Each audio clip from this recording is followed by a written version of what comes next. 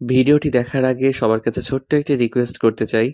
Please, please, please যারা ভিডিওটি দেখবেন সবাই একটা করে সাবস্ক্রাইব করে দিবেন। আপনাদের ভালোবাসা পেলে এমন ভিডিও আরও উপহার দিব। ভিডিওগুলো বানাতে অনেক কষ্ট হয়, আমি জানি। ভিডিওটি অনেক মানুষই দেখবেন। প্লিজ একটা করে সাবস্ক্রাইব করে দিবেন। সবাইকে পুরো গল্পটি দেখার জন্য অনুরোধ রইল। আর যারা আমাকে ভালোবাসে তারা একটা করে লাইক করে দেখিয়ে দিবেন। Love you all. তো চলুন আজকের ভিডিওটি শুরু করা যাক। সকালে আমি, আব্বু, আম্মু আর জান্নাত একসাথে নাস্তা করছি। ইমন, তোর আর কয়টা পরীক্ষা আছে রে? আর 2টা। কবে শেষ হবে?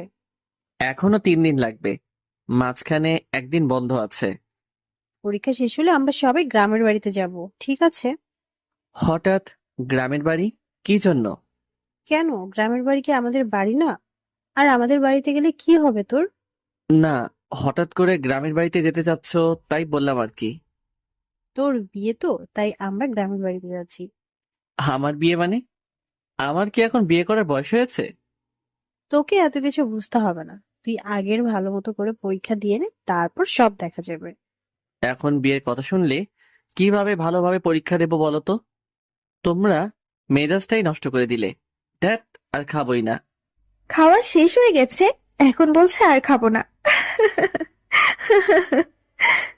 এই পেতনি, চোখের সামনে থেকে সর বলছি। নাস্তা না শেষ করে রুমে চলে আসলাম, এখন বিয়ের কথা শুনে মেজাজটাই নষ্ট হয়ে গেল। ও, আপনাদের তো পরিচয়টাই দেওয়া হয়নি। আমি ইমন, অনার্স 2য় বর্ষে পড়ি। আব্বু নিজস্ব ব্যবসা সামলায়, আম্মু গৃহিণী বাড়িতে থাকে, আর ছোট বোন জান্নাত এইবার ইন্টার ফার্স্ট ইয়ারে পড়ে। একটু পড়াশোনা করে পরীক্ষা দেওয়ার উদ্দেশ্যে বের হলাম। পরীক্ষা শেষ হলো, তারপর আমরা সবাই একসাথে আড্ডা দিতে লাগলাম। দোস্ত, আমার না বিয়ে ঠিক করছে। বলিস কি? কার সাথে তোর বিয়ে হচ্ছে? জানি না রে, আম্মু বললো আর কি। তা দোষ, ইনভাইট করবি না? আরে রাখ তোদের ইনভাইট, আমার কি এখন বিয়ে করার বয়স হয়েছে? বিয়ের বয়স হয়নি, এতদিনে বিয়ে দিয়ে দিলে তো 2-3টা বাচ্চার বাবা হয়ে যেতি। তুই আসলেই একটু বেশি কথা বলিস। এভাবে বন্ধুদের সাথে কিছুক্ষণ আড্ডা দেওয়ার পর বাড়ি চলে আসলাম। কলিং বেল দিতেই আম্মু এসে দরজা খুলে দিল। তাড়াতাড়ি গোসল করে আয়, খাবার টেবিলে অপেক্ষা করছি। ঠিক আছে। তারপর আমি শাওয়ার নিলাম। কিছুক্ষণ পর নিচে এসে লাঞ্চ করতে লাগলাম। আব্বু আসে নাই। না, আজকে আসলো না, আজকে নাকি কাজের চাপ আছে, তাই ওখানেই লাঞ্চ করে নিয়েছে। ও আচ্ছা। তারপর লাঞ্চ শেষ করে রুমে এসে বই নিয়ে পড়তে বসলাম। বিকেল পর্যন্ত পড়লাম। তারপরে বাইরে আড্ডা দিতে গেলাম। বাজারে গিয়ে দেখি সামি, হাসিব, আশিক ওরা সবাই চলে এসেছে। কি খবর মামা, আজকে তো দেরি করলি যে? পড়ছিলাম, একটু দেরি হয়ে গেল। এত পড়ে কি হবে রে? ইমন কি তোদের মতো নাকি? ও পড়াশোনা নিয়ে ব্যস্ত। এইভাবে রাত 8টা পর্যন্ত আমরা আড্ডা দিলাম, ক্যারাম খেললাম, সিগারেট খেলাম। তারপর বাসায় চলে আসলাম, ফ্রেশ হয়ে নিলাম। একটু পরেই আব্বু আসলো, সবাই একসাথে ডিনার করে নিলাম। রুমে গিয়ে পড়তে বসলাম। একটু পড়াশোনা করে আর ভালো লাগছে না, তারপরে ফেসবুকে ঢুকলাম। একটু ঘোরাঘুরি করে ঘুমিয়ে পড়লাম। এভাবে 2টা দিন কেটে গেল। আমার পরীক্ষা শেষ। আম্মু এখন বলছে আমাকে নাকি গ্রামের বাড়ি যেতে হবে বিয়ে করতে। এ তো এক মহা ঝামেলায় পড়লাম। আম্মু, এখন বিয়ে না করলে হয় না? না, হয় না, তোকে বিয়ে করতে হবে। আম্মু প্লিজ, এখন জোর করো না, এখন আমি বিয়ে করতে পারবো না। এত বেশি কথা বলিস কেন? তোর বাবা বিয়ে ঠিক করেছে, বিয়ে তোকে করতে হবে। তাড়াতাড়ি রেডি হয়ে নে, গ্রামের বাড়িতে যা। তারপর আম্মু আব্বু আমাকে একরকম জোর করে গ্রামের বাড়িতে নিয়ে যাওয়ার জন্য রাজি করালো। রাজশাহী শহর থেকে আমাদের গ্রামে যেতে প্রায় 3 ঘন্টার মতো সময় লাগে। আমরা ট্রেনে করে গ্রামের বাড়িতে যাচ্ছি। আমার মনটা একদম খারাপ। আমাকে জোর করে বিয়ে দিয়ে দিচ্ছে, একেবারে বাল্যবিবাহ। 4 ঘন্টা পর আমরা আমাদের গ্রামে পৌঁছালাম। অনেকদিন পর গ্রামে আসছি। পড়াশোনার জন্য গ্রামে তেমন আশাই হয় না। গ্রামের পরিবেশ আমার খুব ভালো লাগে। চাচা আমাদের জন্য গাড়ি পাঠিয়ে দিয়েছে। 30 মিনিটের রাস্তা পেরোনোর পরেই আমরা চাচার বাড়িতে পৌঁছে গেলাম। মানে আমাদের বাড়িতেই। দেখলাম আমাদের গ্রামের বাড়িটা খুব সুন্দর করে সাজানো হয়েছে। আমি তো কিছুই বুঝতে পারলাম না। আমি আম্মু আব্বুর পেছনে পেছনে ভিতরে ঢুকলাম। আমার দিকে সবাই এভাবে তাকিয়ে আছে কেন? আর বাড়ি ভর্তি এত আত্মীয় স্বজন কেন এসেছে? আমি আম্মুকে ডাক দিলাম, এসব কি হচ্ছে? আমি তো কিছুই বুঝতে পারছি না। কি বুঝবি তুই? তোমরা আমাকে তো জোর করে বিয়ে দেওয়ার জন্য নিয়ে আসলে, তাহলে চাচার বাড়িতে এত সব আয়োজন কিসের? আমি তো কিছুই বুঝতে পারছি না। নীলার সাথে তোর বিয়ে ঠিক হয়েছে। আম্মু, মজা করো না তো। কার সঙ্গে বিয়ে ঠিক হয়েছে বলো তো তুমি? তো চাচার মেয়ে নীলার সাথে তোর বিয়ে ফাইনাল। না, এ হতে পারে না। ওর মতো একটা পিচ্চি মেয়েকে আমি বিয়ে করতে পারবো না। আর ও তো আমার চাচাতো বোন হয়। ওর সাথে কি আমার বিয়ে হয় নাকি? তোকে এত কথা বলা লাগবে না, আগামীকালকে তোদের বিয়ে। এখন তুই প্রস্তুত হয়ে নে। আম্মু, তোমরা না আমার নিজের লোক, তোমরা আমার সাথে এরকম করতে পারলে? শোন, যেটা ভালো হয় সেটাই আমরা করছি। নীলা খুব ভালো মেয়ে, ওকে বিয়ে করলে তুই সুখে থাকতে পারবি। ওর মতো একটা পিচ্চি মেয়েকে আমি কোনো মতেই বিয়ে করতে পারবো না। তোমরা যা ইচ্ছা করো, আমি চলে গেলাম শহরে। এই শোন, আমরা পাকা কথা দিয়ে ফেলেছি। আর তুই এখন শহরে যাবি মানে? তোর বাবা জানতে পারলে আস্ত রাখবে না। আর এত কিছুর আয়োজন দেখছিস, এখন কি বিয়ে কোনোভাবে ভেঙে দেওয়া যায় নাকি? তোকে বিয়ে করতে হবে। তারপর আম্মু আব্বুকে ডাক দিল। আব্বু আর আম্মু একসাথে আমাকে প্যারা দিতে লাগলো। আমাকে কোনো কথা বলার সুযোগই দিল না। আমাকে রেখে আম্মু আর আব্বু চলে গেল। এদিকে চাচার বাড়িতে অনেক মানুষ আমাকে দেখতে আসছে, মনে হয় কখনো দেখেনি। আমি চুপচাপ বসে আছি। একের পর এক রুমের ভিতরে আসতেই আছে। একটু পর নীলা ও তার সাথে কয়েকটা মেয়ে রুমের ভেতরে আসলো। কেমন আছো তুমি? তোরা তো আমাকে ভালো থাকতে দিচ্ছিস না। ও মা, হবু বউয়ের সাথে কেউ তুই করে কথা বলে নাকি? আরে রাখ তোর বউ, আমি তোকে কখনো বিয়ে করতে পারবো না। ছি ছি, কি সব বাজে কথা বলছো তুমি? শোনো, এরা হলো আমার বান্ধবী, তোমার সাথে পরিচয় করিয়ে দেওয়ার জন্য নিয়ে আসলাম। আমি কি বলবো ভেবে পাচ্ছি না। এরা তো সবাই একদল পিচ্চি। নীলা সবেমাত্র এসএসসি পরীক্ষা দিয়েছে। এসব পিচ্চিদের সাথে আমার একদমই কথা বলতে ইচ্ছে করছে না। আমি ফোনটা বের করে টিপতে লাগলাম। একটু পরে আবার নীলা আসলো। ওগো শুনছো? ওয়াশরুমটা ওইদিকে, যাও গিয়ে শাওয়ার নিয়ে আসো। নাকি আমার কোনো হেল্প লাগবে? নীলা শোন, আমি তোর ভাই না? ভাইয়ের সাথে কেউ এরকম বলে নাকি? হ্যাঁ, তোর আর আমার কখন এসব হয় নাকি? দেখো, তুমি যদি আর একবার ভাই বোনের কথা বলো, তাহলে কিন্তু আমি শাশুড়ি আম্মাকে বিচার দিব। চুপ তুই।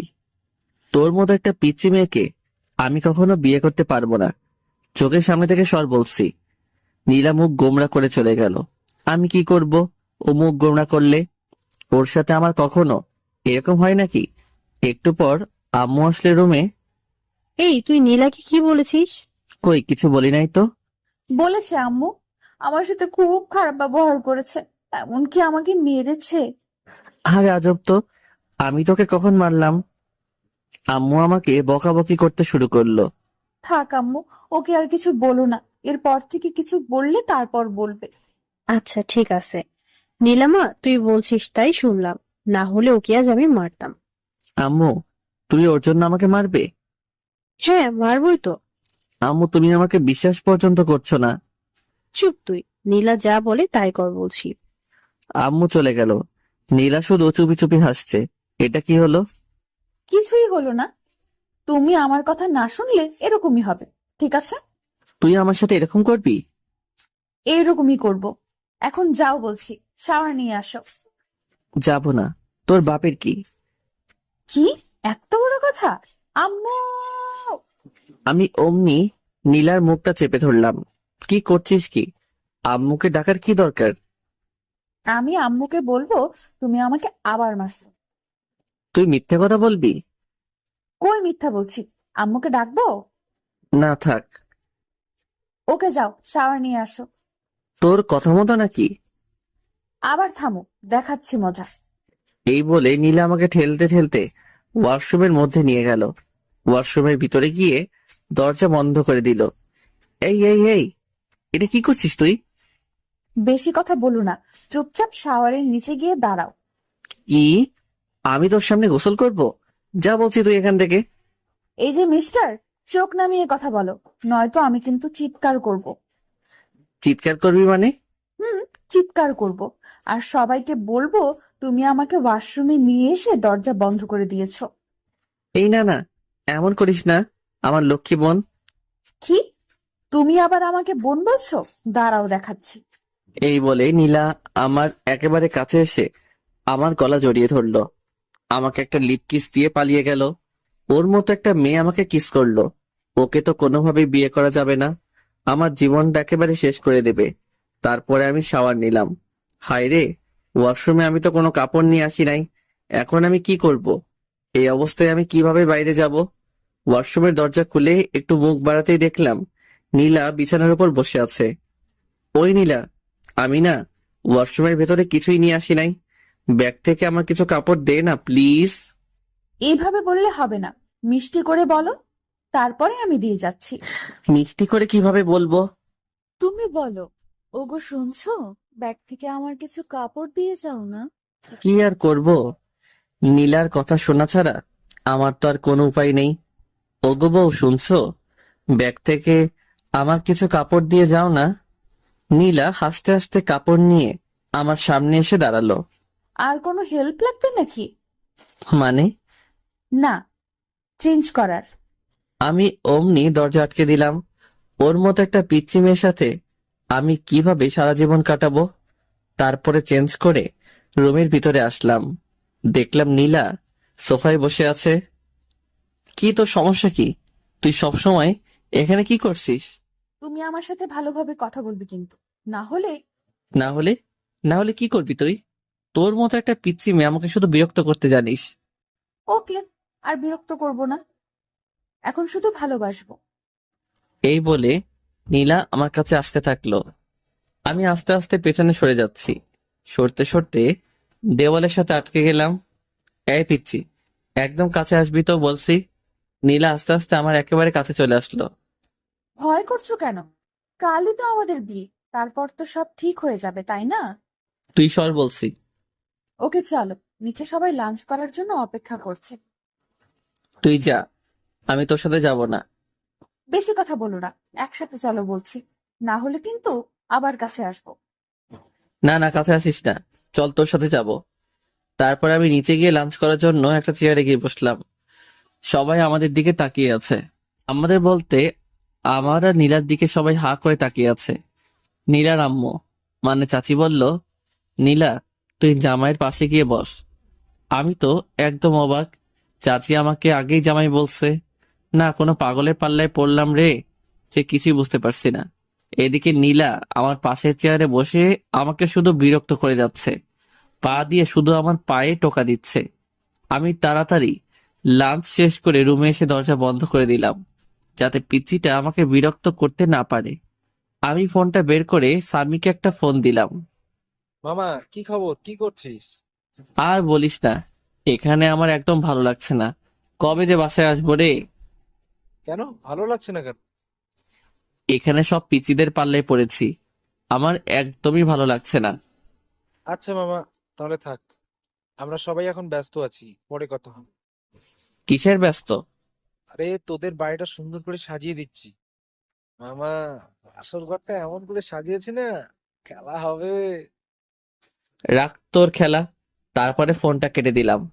ফেসবুকে ঢুকে অযথাই ঘোরাঘুরি করলাম, কিছুই যে ভালো লাগছে না। এদিকে তো ফেসবুকে শুধু মেসেজ আসতেই আছে, সবাই উইশ করছে, বিয়ের উইশ। আমি বুঝতে পারলাম না এত বন্ধু বান্ধব ফেসবুকে, এরা আমার বিয়ের কথা জানলো কিভাবে।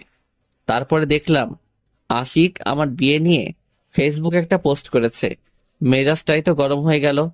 তারপরে বিকেল হয়ে আসলো। এদিকে নীলা এসে বারবার আমাকে বিরক্ত করছে। একটু পরপরই আমার রুমে আসছে, এটা সেটা বলছে। ওর বান্ধবীরা আমাকে নিয়ে হাসাহাসি করছে। আমি বুঝতে পারলাম না ওদের মতো এক একটা পিচ্চিদের সাহস কিভাবে হয় আমাকে নিয়ে হাসাহাসি করার। আমি কিছুই বললাম না, কারণ এখানে অনেক আত্মীয় স্বজন আছে। ওরা যদি জানতে পারে তাহলে কি বলবে? তারপরে রাত হয়ে আসলো। বিয়েটা তাহলে হয়ে যাচ্ছে, আমি কিছু করতে পারছি না। কি আছো, চাচাতো বোনের সাথে বিয়ে, ভাবতেই কেমন লজ্জা লাগছে। তাও একটা পিচ্চি মেয়ে, যে কিনা এবার এসএসসি দিল মাত্র। বাইরে সবাই অনেক আনন্দ করছে, গান বাজছে খুব জোরে। আমি রুমের মধ্যে বসে আছি, নিচে সবাই যে যার মতো ব্যস্ত।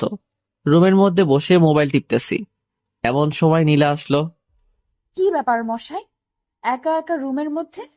নিচে চলেন, সবাই অনেক মজা করছে। তোর সমস্যা কি? আমি একা থাকলে? তুই যা, আমি যাব না। শোনো, তোমাকে অনেক বলেছি তুমি আমার সাথে ভালোভাবে কথা বলবে। বলবো না, কি করবি তুই? ওকে, দেখাচ্ছি কি করি। এই, না না না না। তাহলে নিচে চলো, আমার সাথে নাচবে। কি, তোর সাথে নাচবো? তাও আবার আমি? এত অবাক হয়ে লাভ নেই, যাবে কিনা সেটা তাড়াতাড়ি বলো। কখনই যাব না, তুই যা তো। ওকে, দেখাচ্ছি। এই শোন, আমার না এত জোরে আওয়াজ একদম পছন্দ না।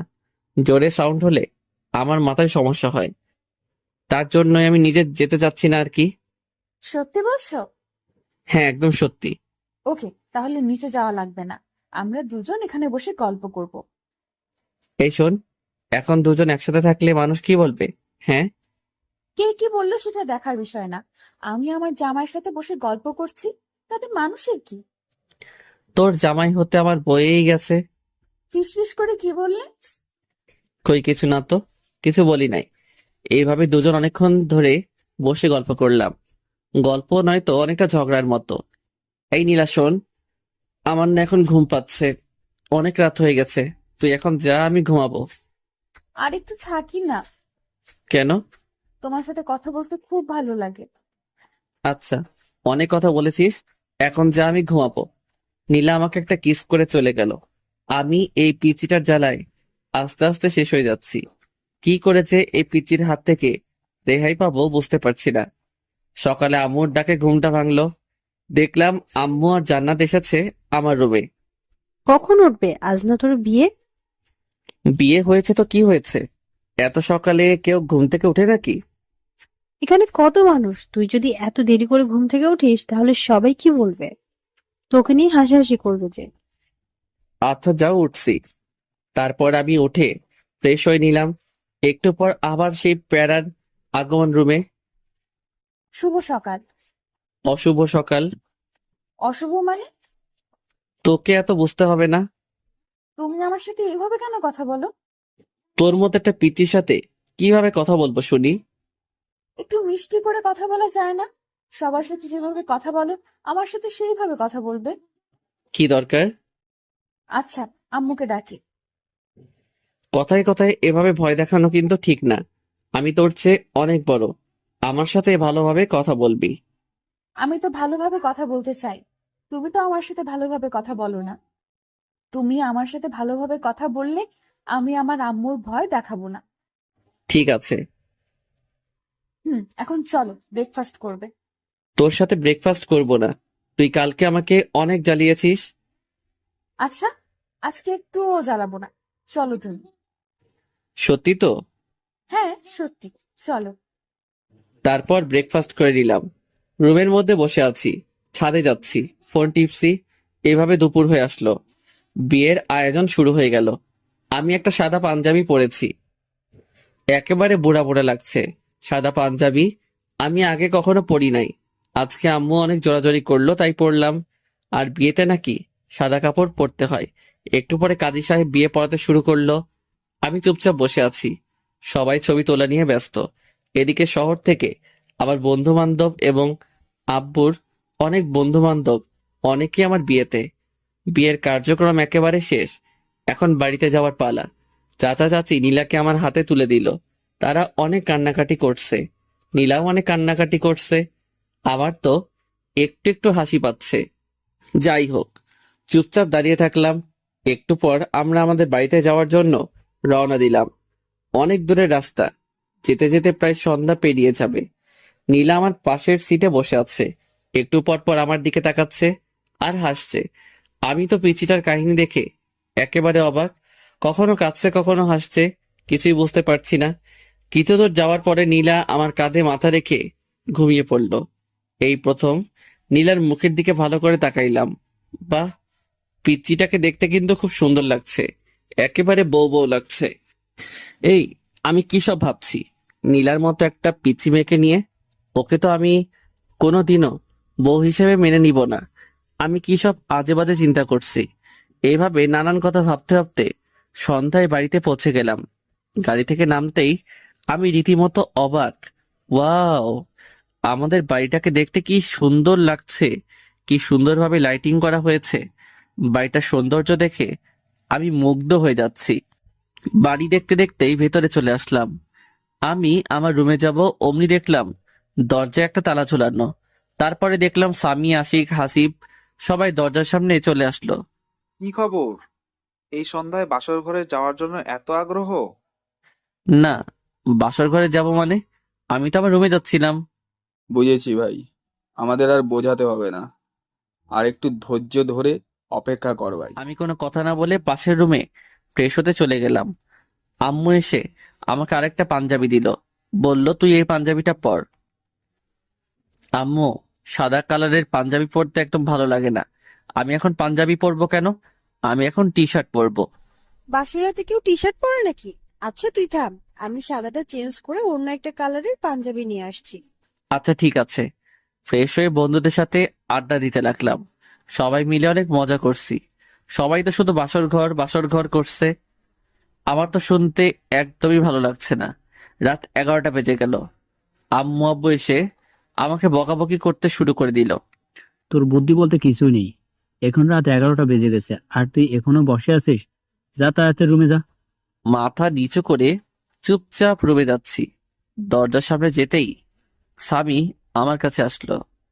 মামা, বালিশের নিচে রাখা আছে। তোর শালা, শত সামনে থেকে। তারপর আমি দরজা খুলতেই পুরোপুরি অবাক হয়ে গেলাম। রুমটা এত সুন্দর করে সাজানো আমি কিছুতেই বোঝাতে পারবো না। আমি এদিকে ওদিকে ঘুরে রুমটা দেখতে লাগলাম। বিছানাটাও খুব সুন্দর করে সাজানো। চোখ পড়লো নীলার দিকে। দেখলাম বিছানার মাঝখানে ঘোমটা দিয়ে বসে আছে। আমি সোফায় গিয়ে বসে পড়লাম। এই, তুমি সোফায় কেন বসলে? তোর মাথায় বসবো নাকি? বাসর রাতে কেউ কারো মাথায় বসে না। তুমি আমার সামনে এসে বসো। তোর সামনে আমি বসবো না। এটা কিন্তু বাড়াবাড়ি হয়ে যাচ্ছে। কাছে আসো বলছি। শোন, তোর মতো একটা পিচ্চি মেয়েকে আমি বউ হিসেবে কখনোই মেনে নেব না। কেন, আমার দোষ কি? কি করেছি আমি? জানি না কি তোর দোষ, কিন্তু তোর মতো একটা পিচ্চি মেয়েকে আমি আমার বউ করে নিতে পারবো না। কেন আমাকে বউ হিসেবে মেনে নিবে না? তাহলে কেন আমাকে বিয়ে করলে? আব্বু আম্মুর জোরাজোরিতে তোকে বিয়ে করেছি, না হলে কখনোই তোর মতো পিচ্চিকে আমি বিয়ে করতাম না। বিয়েটা কি একটা ছেলে খেলা পেয়েছো নাকি, যে তুমি তোমার আব্বু আম্মুর জোরাজোরিতেই আমাকে বিয়ে করবে আর আমার জীবনটা নষ্ট করে দেবে? তোর জীবন নষ্ট করতে চাইনি। বিয়ে করেছো আর এখন বলছো বউ হিসেবে মানি না? দেখাচ্ছি তোমায়। নীলা বিছানা থেকে নেমে আমার কাছে আসছে। দেখ পিচ্চি, একদম আমার কাছে আসার চেষ্টা করবি না, না হলে কিন্তু খবর আছে। কি করবে তুমি শুনি? মারবো তোকে। আম্মু, আম্মু, তোমার ছেলে আমাকে মারছে। এই পিচ্চি, চিৎকার করছিস কেন? আমি তোকে কখন মারলাম? মারতে চেয়েছো তো নাকি? মারতে চেয়েছি কিন্তু মারি নাই তো। আচ্ছা তোকে মারবো না, এখন আমি ঘুমাবো। আর একটা কথাও বলবি না। ওই বাসর রাতে কেউ ঘুমায় নাকি? আর তুমি বিছানায় চলো। সোফায় কেন বসে আছো? তোর কাছে আমি যাব না, আমার থেকে দূরে থাকবি। কি দূরে থাকবো? দাঁড়াও দেখাচ্ছি। এই বলে নীলা আমার কোলে এসে বসলো। এই পিচ্চি, কি করছিসটা কি? ওঠ বলছি। উঠবো না। আর তুমি এত কথা বলবে না, না হলে কিন্তু আমি চিৎকারও করব। তখন বুঝবে কি হয়। না, চিৎকার করিস না।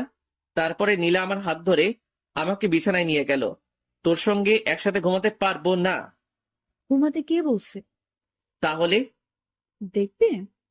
কি দেখবো? এই বলে নীলা আমাকে ধাক্কা দিয়ে বিছানায় ফেলে দিল। তারপরে আমার বুকের উপরে উঠে গলা জড়িয়ে ঠোঁটে ঠোঁট লাগিয়ে দিল। নীলা আমার বুকের উপরে থাকায় আমি কিছুতেই ওকে নামাতে পারছি না, আর এদিকে কিছু বলতেও পারছি না, কারণ চার ঠোঁট একসাথে বন্দী হয়ে আছে। অনেকক্ষণ পর নীলা আমাকে ছাড়লো। দুজনেই অনেক হাঁপাচ্ছি, কেউ কোনো কথা বলতে পারছি না। একটু পরেই নীলা আমার বুকের উপর মাথা রেখে শুয়ে পড়ল। এই পিচি, তোকে অনেকক্ষণ থেকে সহ্য করছি, এখন আমার উপর থেকে নাম বলছি। শোনো, তুমি বেশি কথা বলবে না বলছি, না হলে কিন্তু আমি আম্মুর কাছে বিচার দিব। আর তারপরে কি হবে তুমি ভালোভাবেই বুঝতে পারছো। আমি আর কোনো কথা বললাম না, কারণ কথা বলার কোনো রাস্তা নেই। সব রাস্তা এই পিচি শয়তানি আটকে দিয়েছে। আমি শুধু ভাবছি এই পিচির হাত থেকে কিভাবে রেহাই পাবো। আল্লাহ, তুমি আমাকে এর হাত থেকে বাঁচাও। আমি আর পারছি না, এইটুকু একটা মেয়েকে কিভাবে নিজের বউ করে নেব বুঝতে পারছি না, তাও আমার চাচাতো বোন। মেনে নেওয়া একেবারে অসম্ভব। এই নীলা, এবার আমার উপর থেকে নাম, নেমে ঘুমা, অনেক রাত হয়েছে। বাসর রাতে কেউ ঘুমায় না। ওকে, আমার উপর থেকে নাম, আমার অনেক ভারী লাগছে তো। তারপরে নীলা আমার উপর থেকে নামলো, কিন্তু ছাড়লো না, মানে পাশ কাটিয়ে আমাকে জড়িয়ে ধরে আছে। দেখ নীলা, অনেক জার্নি করেছি, আমার ভীষণ টায়ার্ড লাগছে, আমাকে ঘুমাতে হবে, না হলে অসুস্থ হয়ে পড়বো। আরো অনেক কিছু বাকি আছে। আর তুমি এখনই ঘুমাবে? মানে? মানে বোঝো না? তুমি তো অনেক বড়, আমাকে পিচ্ছি বলো, আর তুমি বোঝো না? আমি এইটুকু মেয়ের কথা শুনে একেবারে অবাক হয়ে যাচ্ছি। নীলা দেখ, জোর করে ভালোবাসা পাওয়া যায় না। আমি জোর করে আমার স্বামীর ভালোবাসা আদায় করে নিব। আমি পাশ কাটিয়ে অন্যদিকে ঘুরলাম। নীলা আমাকে পেছন থেকে জড়িয়ে ধরছে। নীলা হয়তো আমার আদর পাওয়ার জন্য অপেক্ষা করছে, কিন্তু আমি এই পিচ্চি মেয়েটাকে কিছুতেই বউ হিসেবে মানতে পারছি না। নীলা নড়াচড়া করছে, আমি চুপচাপ শুয়ে আছি। একটু পর পর আমাকে ছাড়ছে, আবার জড়িয়ে ধরছে। অনেকক্ষণ পর লক্ষ্য করলাম নীলা আর নড়ছে না, হয়তো ঘুমিয়ে পড়েছে। আমিও এটা সেটা ভাবতে ভাবতে ঘুমিয়ে পড়লাম। সকালে ঘুম থেকে উঠে আমি নীলাকে দেখে চমকে উঠলাম। কি যে বলবো বুঝতে পারছি না। নীলার শাড়ি একেবারে এলোমেলো হয়ে আছে। আমি তো প্রথমবার দেখে ভীষণ লজ্জা পেয়েছি। এইটুকু একটা পিচি মেয়ে যে কিনা নিজের শাড়ি সামলাতে পারে না, সে আমাকে কিভাবে সামলাবে?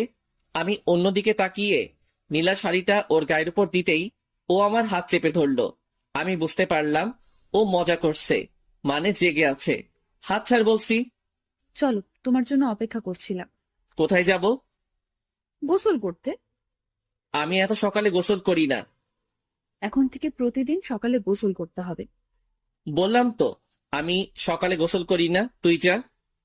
এই, রাতে কি করলে ভুলে গেছো? এখন গোসল করবে না বললেই হবে? চলো বলছি। এই ওয়েট, রাতে কি করলাম মানে? তুই কি বলতে চাচ্ছিস? ওসব কথা আমি বলতে পারবো না, তুমি তাড়াতাড়ি গোসল করবে, চলো। এই বলে নীল আমাকে টানতে টানতে ওয়াশরুমের মধ্যে নিয়ে গেল। আমি তো একেবারে ভ্যাবাচেকা খেয়ে গেলাম। নীলের সাথে এসব কি করলাম আমি, ভাবতে লজ্জা লাগছে। নীলা শাওয়ার ছেড়ে দিল, অমনি আমার ধ্যান ভেঙে গেল। এই কি করছিসটা কি? কেন, গোসল করছি। তাই বলে দুজন একসাথে? তুই বাইরে যা। এই শোনো, এখন থেকে দুইজন একসাথে গোসল করবো, ঠিক আছে? না, একসাথে কখনোই গোসল করব না, তুই বের হয়ে যা বলতেছি। নীলা আমাকে জড়িয়ে ধরলো, দুজনেই কাক ভেজা হয়ে ভিজে গেছি। তারপরে নীলা আমাদের কাপড়গুলো ছাদে শুকাতে দিয়ে আসলো। আমি রুমের মধ্যে বসে আছি। একটু পর নীলা আসলো, এসে চিরুনি করতে লাগলো। নীলা একটু পর পর আমার দিকে তাকাচ্ছে আর হাসছে। আমি তো শুধু রাতের কথাই ভাবতেছি, কি করলাম এগুলা। জান্নাত রুমের মধ্যে আসলো। ভাইয়া, তোমরা নিচে চলো, ব্রেকফাস্ট করার জন্য সবাই বসে আছে। তারপরে আমরা তিনজন একসাথে নিচে গেলাম, গিয়ে ব্রেকফাস্ট করতে লাগলাম। আম্মু খাবার সার্ভ করে দিচ্ছে। বড় আম্মু, এগুলো আমাকে দাও, আমি সার্ভ করে দিচ্ছি। তুমি বরং বসে পড়ো, একসাথে খেয়ে নাও। এই পাগলি মেয়ে, এখন তো আমি তোর বড় আম্মু নই, এখন আমাকে শুধু আম্মু বলে। ঠিক আছে আম্মু, তুমি বসে পড়ো, আমি সার্ভ করছি। এই না, তুই তো অনেক ছোট, তুই এখন এগুলা করবি না, বড় হয়ে তারপরে করবি। ঠিক আছে আম্মু। তারপরে আমি ব্রেকফাস্ট শেষ করে ছাদে গেলাম। বসে বসে শুধু রাতের কথাই ভাবছি, কি বলতে কি করে ফেললাম। একটু পরে আশিক, হাসিব, সামি এরা ছাদে আসলো। কি খবর মামা, কেমন এনজয় করলি? খুব ভালো, তোরাও এবার একটা করে বিয়ে করে ফেল। করব করব, সময় হলে ঠিকই করব। তাড়াতাড়ি। এভাবে বন্ধুদের সাথে অনেকক্ষণ আড্ডা দিলাম। একটু পর নীলার বাড়ির লোকজন আসবে। আব্বু আমাকে বাড়িতে থাকতে বলেছে।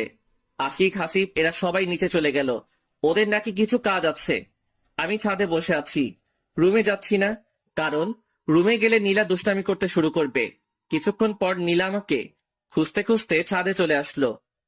তুমি এখানে কি করছো? আর আমি তোমাকে সারা বাড়ি খুঁজে পাচ্ছি না। আমাকে কেন খুঁজছিস? না, এমনি। তুমি আমার কাছাকাছি না থাকলে আমার ভালো লাগে না। কিন্তু আমার তোর কাছে থাকতে একদম ভালো লাগে না, তাই তোর থেকে দূরে আছি। যা, এখন তুই নিচে যা, আমাকে আমার মতো থাকতে দে।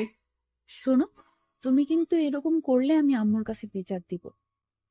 কি বারবার আম্মু আম্মু করে ভয় দেখাস? যা তো চোখের সামনে থেকে। নীলা ছাদ থেকে নিচে চলে গেল। একটু পর আম্মুকে ডেকে নিয়ে আসলো ছাদে। এই তুই বৌমার সাথে ভালোভাবে কেন কথা বলিস? কই, ভালোভাবেই তো কথা বলি। না আম্মু, আমার সাথে একদম ভালোভাবে কথা বলে না। আমাকে শুধু কথায় কথায় ধমক দেয়। এরপর থেকে যদি বৌমার সাথে এরকম ব্যবহার করিস তাহলে কিন্তু খবর আছে। তোর আব্বুর সাথে সবকিছু বলবো, তারপর বুঝবি। না আম্মু, এরপর থেকে আর ধমক দিয়ে কথা বলবো না। এবার থেকে ভালোভাবে কথা বলবো, ঠিক আছে? আচ্ছা ঠিক আছে, এরপর থেকে আর যেন এরকম কিছু না শুনি। আচ্ছা ঠিক আছে আম্মু। তারপরে আম্মু চলে গেল। নীলা মুচকি হাসছে। এই পিচ্ছি, আমাকে বারবার বকা খাওয়াতে তোর বুঝি ভালো লাগে? না, একদমই ভালো লাগে না। আমার প্রাণের স্বামী ছোট বাচ্চাদের মতো তার আম্মু আব্বুর কাছে বকা খায়, এগুলো আমার একদমই ভালো লাগে না। তাহলে কেন বারবার আম্মুর কাছে বিচার দিস? কারণ তুমি আমার সাথে ভালোভাবে কথা বলো না, আমার কথা একটাও শোনো না। আচ্ছা, এবার থেকে শুনবো। আর শোন, রাতের ওই বিষয়টার জন্য সরি। আসলে আমি ঘুমের মধ্যে কি করেছি বুঝতে পারি নাই। প্লিজ তুই কিছু মনে করিস না। কি হলো, হাসছিস কেন? তুমি তো রাতে কিছুই করোনি, আমি এমনিতেই মজা করে ওগুলো বলেছিলাম। কি শয়তাননি, তুই আমার সাথে একদম এগুলো করবি না। আচ্ছা, এবার থেকে আর ওরকম করব না। চলো, এবার নিচে চলো। নিচে যাচ্ছি। এমন সময় নীলা চিৎকার দিয়ে উঠলো। অমনি আম্মু আর জান্নাত চলে আসলো। কি হয়েছে, চিৎকার করলি কেন? আম্মু পায়ে মচকা লেগেছে। কি ব্যাপার ইমন, তুই থাকতে নীলার পায়ে মস্কা লাগলো কিভাবে? আজব তো, ওর পায়ে মচকা লাগলে সেটা আমি কিভাবে বলবো? আম্মু, আমি কিছুতেই হাঁটতে পারছি না, পায়ে খুব ব্যথা করছে। ইমন, তুই নীলাকে কোলে করে রুমে নিয়ে যা। কি? আমি কাউকে কোলে নিতে পারবো না। যেটা বলছি সেটা কর। কি আর করব? নীলাকে কোলে করে রুমে নিয়ে গেলাম। আম্মু ফ্রিজ থেকে বরফ দিয়ে গেল আর বলল নীলার পায়ে বরফ দিয়ে দিতে। আমি আম্মুর কথা মতো নীলার পায়ে বরফ দিয়ে দিলাম। নীলা শুধু আমার দিকে তাকিয়ে মুচকি হাসছে। হাসিস কেন? আমি কোনো ব্যথা পাইনি, শুধু তোমার কোলে ওঠার জন্য এগুলো করলাম। কি? থাম, তোকে দেখাচ্ছি। এই বলে আমি নীলাকে বালিশ দিয়ে মারতে শুরু করলাম। নীলা দৌড়ে দৌড়ে পালাচ্ছে। আমিও ওর পিছু পিছু দৌড়াচ্ছি। তারপরে এই বলে আমি নীলাকে বালিশ দিয়ে মারতে শুরু করলাম। নীলা দৌড়ে দৌড়ে পালাচ্ছে। আমিও ওর পিছু পিছু দৌড়াচ্ছি। তারপরে নীলা হোঁচট খেয়ে মেঝেতে পড়ে গেল। ও মা গো, মরে গেলাম। তুই আবার আমাকে বোকা বানাচ্ছিস? থাম, তোকে দেখাচ্ছি। এই বলে আমি নীলাকে বালিশ দিয়ে মারতে শুরু করলাম। নীলা পায়ে হাত দিয়ে বসে আছে। শোনো, আমি সত্যিই বলছি, এবার আমার পায়ে খুব লেগেছে, খুব ব্যথা পাচ্ছি। কই দেখি তোর পা। দেখলাম নীলার পা অনেকটা ফুলে আছে। আমি বুঝতে পারলাম এবার ওর পায়ে সত্যি সত্যি লেগেছে। আমি নীলাকে উঠিয়ে বিছানায় শুইয়ে দিলাম। তারপর নীলার পায়ে বরফ লাগিয়ে দিলাম। একটু পর নীলার বাড়ির লোকজন আসলো। আমি আর নীলা সবার সাথে কথা বললাম। আম্মু বলল আমাকে নাকি আজকে নীলার বাড়িতে যেতে হবে, এটা নাকি নিয়ম। আমি অনেক অজুহাত দেখিয়ে না যাওয়ার চেষ্টা করলাম, কিন্তু আমাকে জোর করে পাঠিয়ে দিল। বিকেলের দিকে আমি নীলা আর জান্নাত রওনা দিলাম শ্বশুর বাড়িতে। পৌঁছাতে পৌঁছাতে রাত্রি হয়ে গেল। ওখানে পৌঁছে ফ্রেশ হয়ে ডিনার করে নিলাম। নীলার বাড়িতে এখনো অনেক আত্মীয় স্বজনরা আছে। এখানে এসে জামাই আদর ভালোই পেলাম। রাতে রুমে বসে আছি, এমন সময় নীলা আসলো। এই চলো না, দুজন ছাদে ঘুরে আসি। ভালো লাগছে না, তুই যা। তুমি সবসময় এরকম করো কেন? কি রকম করি? এই যে, আমার একটা কথাও শোনো না। এই রাত্রিবেলা কেউ ছাদে যায় নাকি? আচ্ছা, ছাদে যাওয়া লাগবে না, আমার কাছে আসো। তোর কাছে যাবো মানে? আমার কাছে আসো, আমি তোমাকে আদর করব। এই আমি কি ছোট নাকি যে আমাকে আদর করা লাগবে? আর তোর আদর নেওয়ার ইচ্ছা আমার নেই। ইচ্ছা না থাকলেও নিতে হবে। তুমি আমার স্বামী, আমি সবকিছু করতে পারি। এই বলে নীলা আমার দিকে এগিয়ে আসতে লাগলো। আমি বসা থেকে উঠে দাঁড়ালাম আর আস্তে আস্তে পিছনে সরতে লাগলাম। নীলা আমার কাছে এসে আমাকে জড়িয়ে ধরলো। আমি নীলাকে ছাড়াতে পারছি না।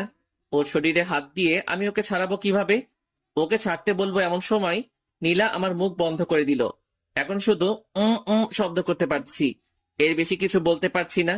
একটু পর নীলা ওর ঠোঁট সরিয়ে নিল আর আমার বুকে মাথা লুকালো, আমাকে খুব শক্ত করে জড়িয়ে ধরলো। তুই আমার ইচ্ছার বিরুদ্ধে এগুলো করতে পারিস না, আমি তোকে বউ হিসেবে মানি না। আস্তে আস্তে সব মেনে নেবে। এখন শুধু আমাকে সহ্য করো। আর বেশি কিছু করতেই পারবে না। আর এর বেশি কিছুই করতে পারবে না। জোর করে ভালোবাসা পাওয়া যায় না। আমি জোর করেই ভালোবাসা আদায় করে নেব। আমার ঘুম পাচ্ছে, আমাকে ছাড়। তুই আজ কোনো ঘুম হবে না। আজ সারা রাত শুধু রোম্যান্স হবে। তুই পিচ্ছি মেয়ে, তুই রোমান্সের কি বুঝিস? অনেক কিছুই বুঝি। আমি নীলার কাছ থেকে ছুটে বিছানায় এসে শুয়ে পড়লাম। নীলা এসে আবারও পাশে শুয়ে পড়ল। আমি নীলার বিপরীত দিকে তাকাইলাম। নীলা আমাকে পেছন থেকে জড়িয়ে ধরলো। আমি বারবার ছাড়তে বললাম কিন্তু ও ছাড়লো না। আসলে নীলা আমার কোনো কথাই শোনে না, ওর যেটা মন চায় সেটাই করে। নীলা জোর করে আমার মাথা ওর দিকে ঘুরিয়ে নিল। এই, কি চাস তুই বলতো? আমার দিকে তাকিয়ে দেখো, আমার কি লাগবে? সেটা তুই কখনোই পাবি না, বৃথা চেষ্টা করিস না, আমাকে ছেড়ে দে। নীলা এবার চোখ বড় বড় করে তাকালো। আমার তো কেমন ভয় লাগছে ওকে দেখে। নীলা এবার আমার চুল ধরে আমার মাথা ওর বুকের মধ্যে জড়িয়ে ধরলো। আমি ছটফট করতে লাগলাম। এইটুকু একটা পিচ্চিমের কারবার দেখে আমি জোরে নড়াচড়া করতে পারছি না। নীলা খুব শক্ত করে আমার চুল ধরে আছে, একটু নড়তেই আমার চুলে লাগছে। এভাবে নীলার অত্যাচার সহ্য করতে হলো প্রায় 2 ঘন্টার মতো। নীলা ঘুমিয়ে পড়েছে কিন্তু আমাকে ছাড়ছে না। আমি কোনোভাবেই ওর কাছ থেকে নিজেকে ছাড়াতে পারলাম না। ভাবছি কি করা যায়। মাথায় একটা বুদ্ধি এলো। এখান থেকে বাড়িতে গিয়ে আমি ঢাকায় চলে যাব। ঢাকায় গিয়ে একটা জব করব আর নীলাকে বাসায় রেখে যাব, যাতে ওর অত্যাচার আমাকে না সহ্য করতে হয়। বাহ, দারুণ বুদ্ধি পেলাম। একটু পরে আমি ঘুমিয়ে পড়লাম। সকালে ঘুম থেকে উঠে আমি আজকেও অবাক। নীলা শাড়ির মধ্যে আমাকে পিছিয়ে নিয়েছে, একেবারে 2-3টা প্যাচ দিয়েছে। কি করব বুঝতে পারছি না।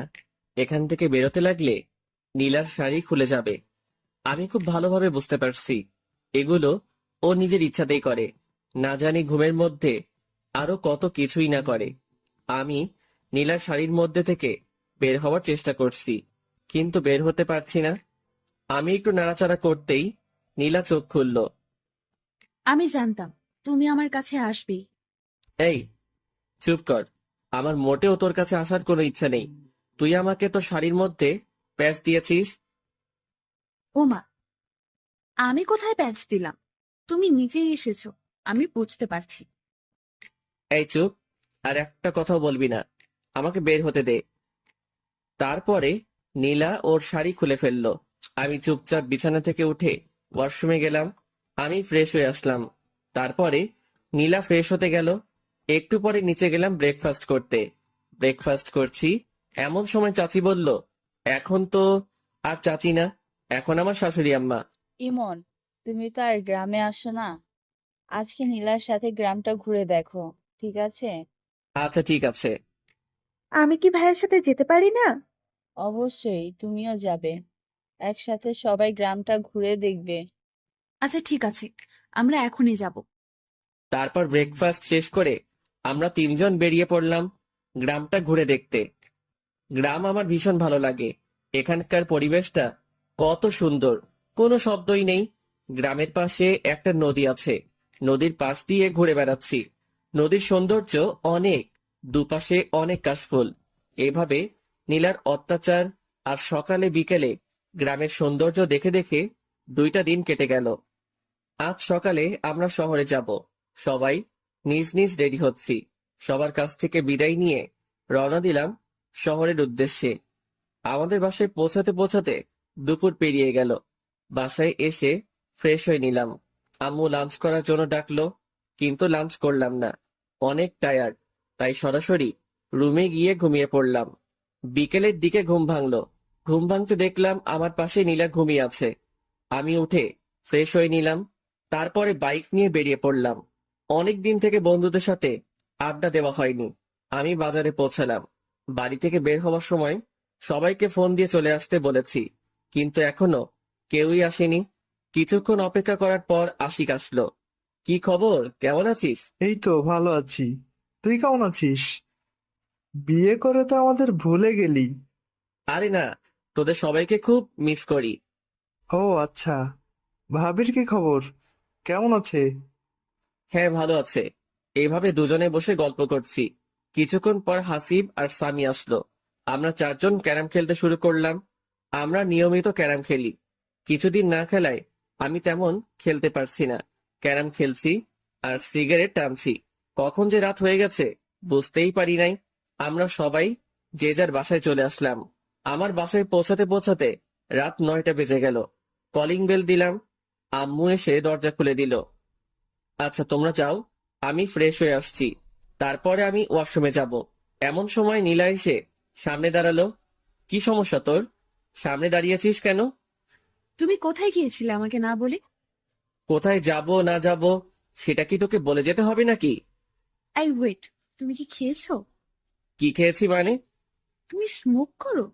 সিগারেটের গন্ধ বের হচ্ছে। শর্ত সামনে থেকে। আমি নীলার পাশ কাটিয়ে ওয়াশরুমে গেলাম। তারপরে ফ্রেশ হয়ে নিচে গেলাম ডিনার করতে। দেখলাম আম্মু, আব্বু, জান্নাত, নীলা সবাই বসে আছে আমার জন্য। একসাথে ডিনার করবে তাই আমি গিয়ে বসে পড়লাম। আম্মু খাবার সার্ভ করতে শুরু করলো। আম্মু, তুমিও বসে পড়ো, আমাদের সাথেই খাবে। আচ্ছা ঠিক আছে, বসছি। তোরা খেতে শুরু কর। আব্বু, আমার কিছু কথা ছিল। হ্যাঁ বলো। আব্বু, আমি এখন জব করব। অনেক তো বসে থাকলাম, এখন একটা কোনো কাজ করি।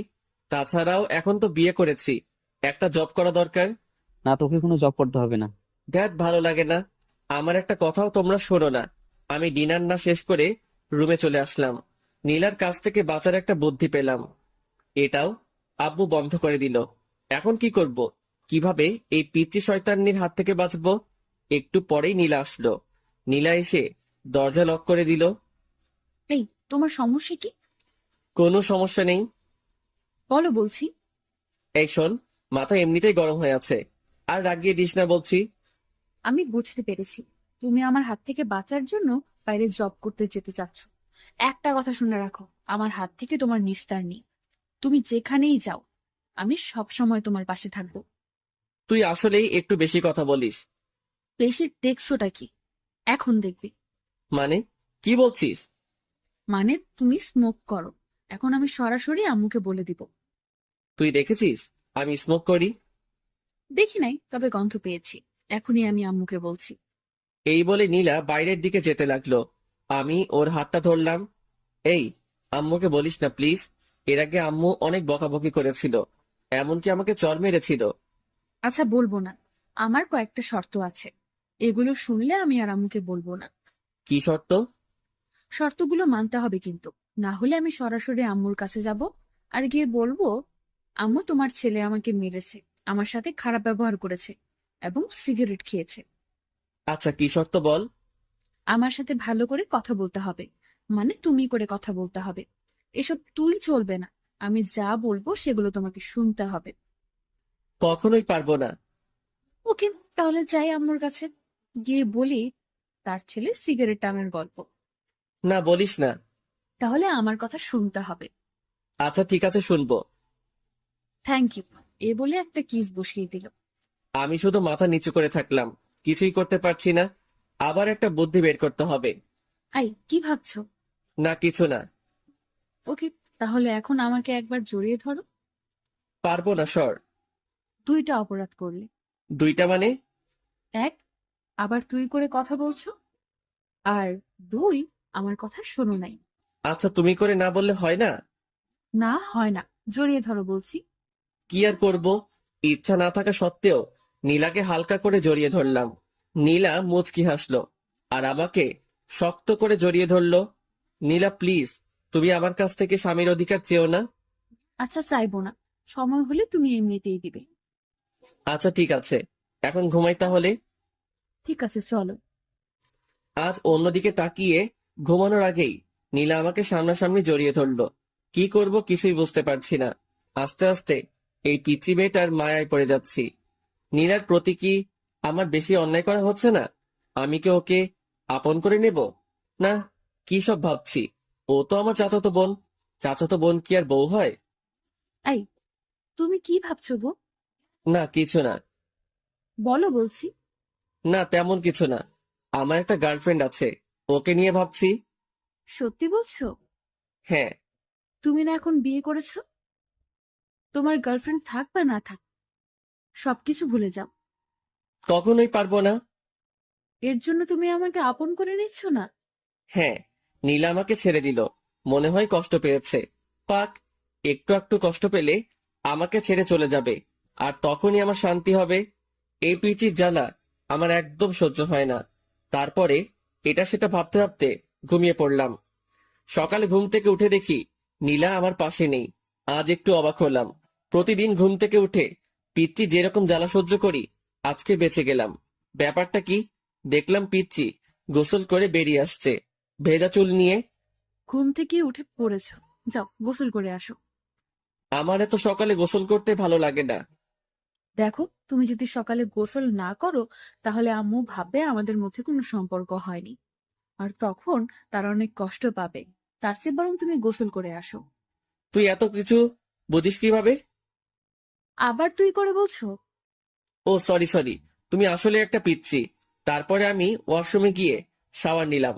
গোসল শেষ করে রুমে আসতে দেখলাম নীলা চিরুনি করছে।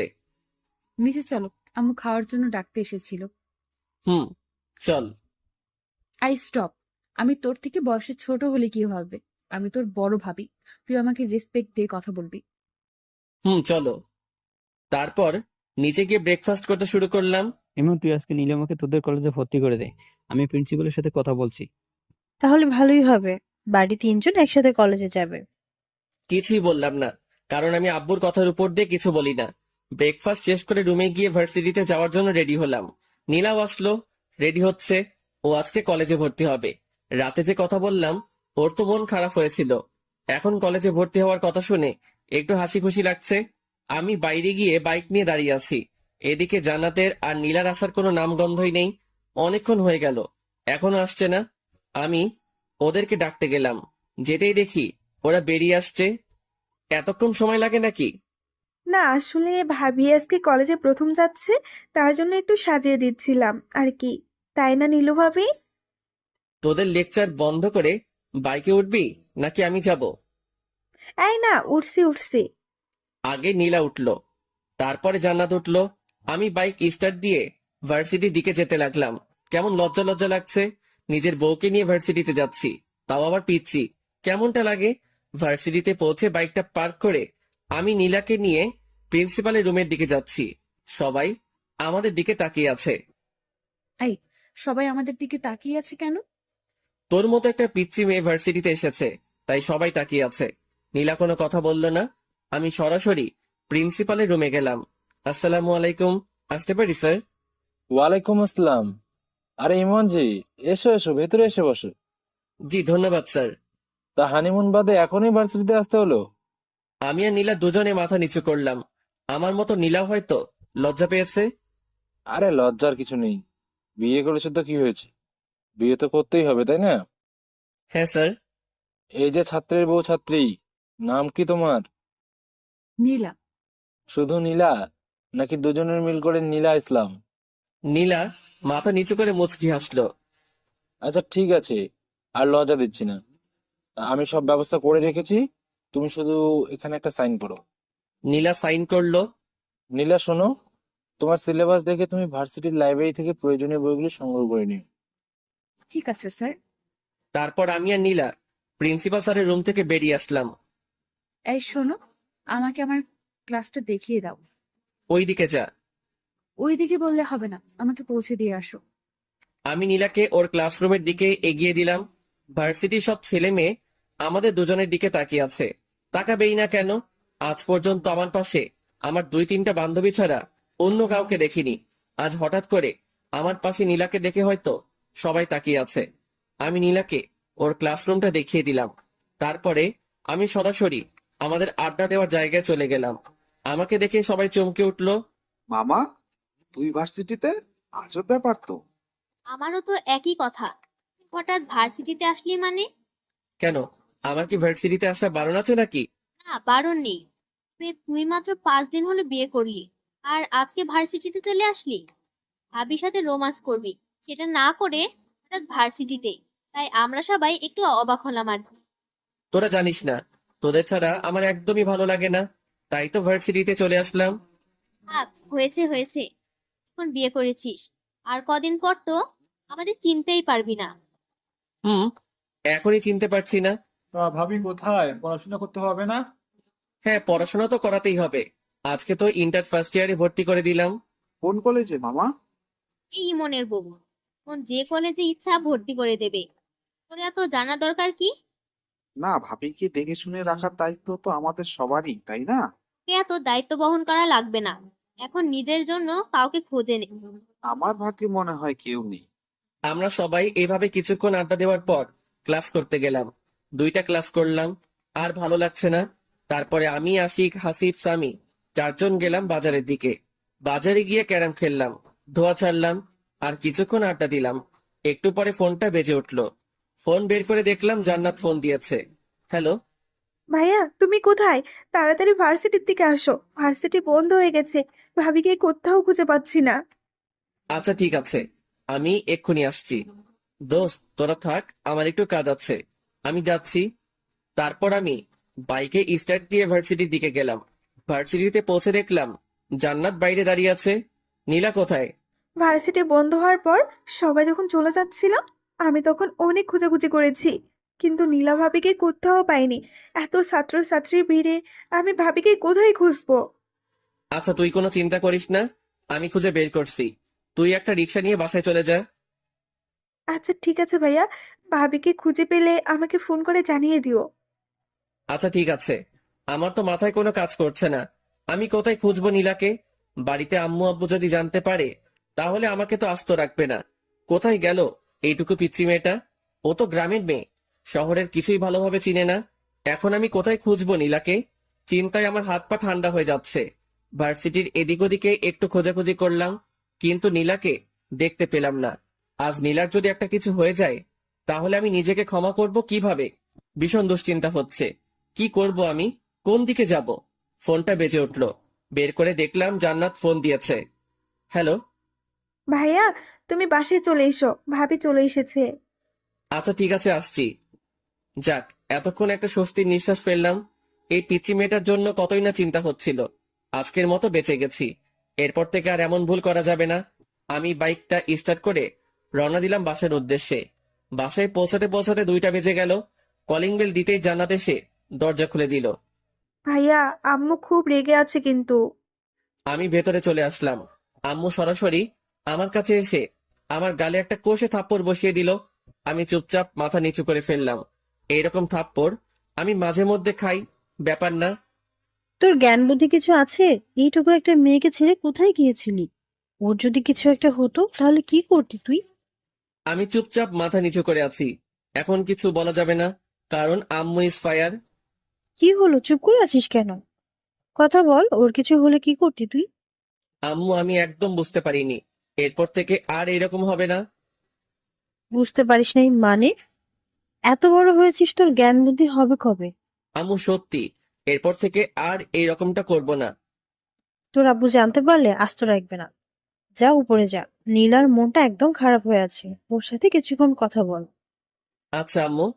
আমি উপরে গেলাম, দেখলাম নীলা বিছানার এক কোনায় মন খারাপ করে বসে আছে।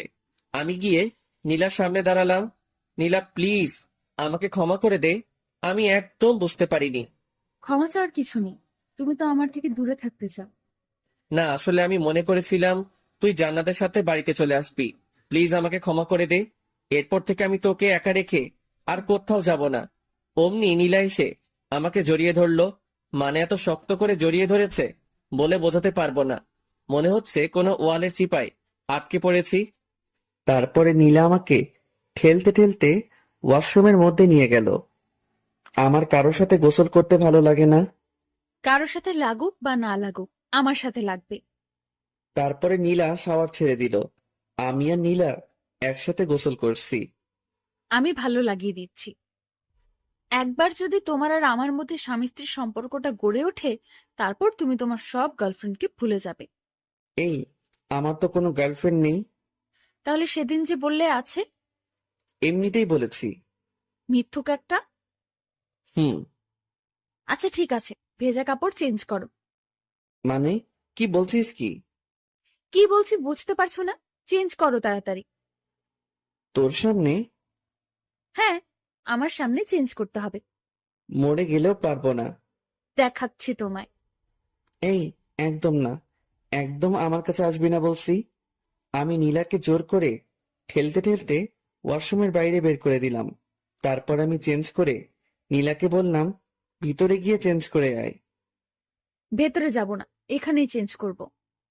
তোর লজ্জা শরম বলতে কিছু নেই? তোমার সামনে আবার কিসের লজ্জা শুনি? শুধু আমার সামনে না, তোর কারো সামনে লজ্জা নেই। আমি বুঝতে পেরেছি। আচ্ছা, লজ্জা যখন নেই তাহলে দেখো। এই বলে নীলা আমার সামনে, আমি অন্যদিকে তাকাইলাম। ছি, তুই এইরকম? আমি আগে জানতাম না। নীলা আমাকে পেছন থেকে জড়িয়ে ধরে বলল, কি রকম গো? লজ্জা শরম বিবেকহীন একটা মেয়ে। আচ্ছা হয়েছে, এবার আমার চেনটা আটকে দাও। আমি অবাক হয়ে নীলার দিকে তাকাইলাম। দেখলাম নীলা একটা 3 পিস পরেছে আর আমাকে চেইন আটকে দিতে বলছে। এই শোন, এগুলো আমি পারি না। পারে না বললে হবে না, তাড়াতাড়ি আটকে দাও বলছি। পারবো না বললাম না? আম্মুকে কিন্তু ডাক দিব আর বলবো সিম্পল আমার এইটুকু কাজ করে দাও না, তখন তোমাকে বকাবকি করবে। এই শোন, আমার সামনে ভালোভাবে থাকবি। ভালোভাবে থাকবো মানে? মানে? তোর ওড়না কোথায়? এই যে বিছানায়। ওই চুপ, আমার সামনে একদম ভালোভাবে থাকবি, নয়তো থাকবি না। নীলা একেবারে আমার ঠোঁটের কাছে ঠোঁট নিয়ে এসে বলল, তোমার সামনে থাকতে হলে আমাকে কি ওড়না নিয়ে থাকতে হবে নাকি? আমি নীলাকে ধাক্কা দিয়ে বললাম, আমি যেটা পছন্দ করি সেটা করলে তোর পক্ষে ভালো হবে। ঠিক আছে, লাঞ্চ করব চলো। হুম, চল। এই যে, কোথায় যাব?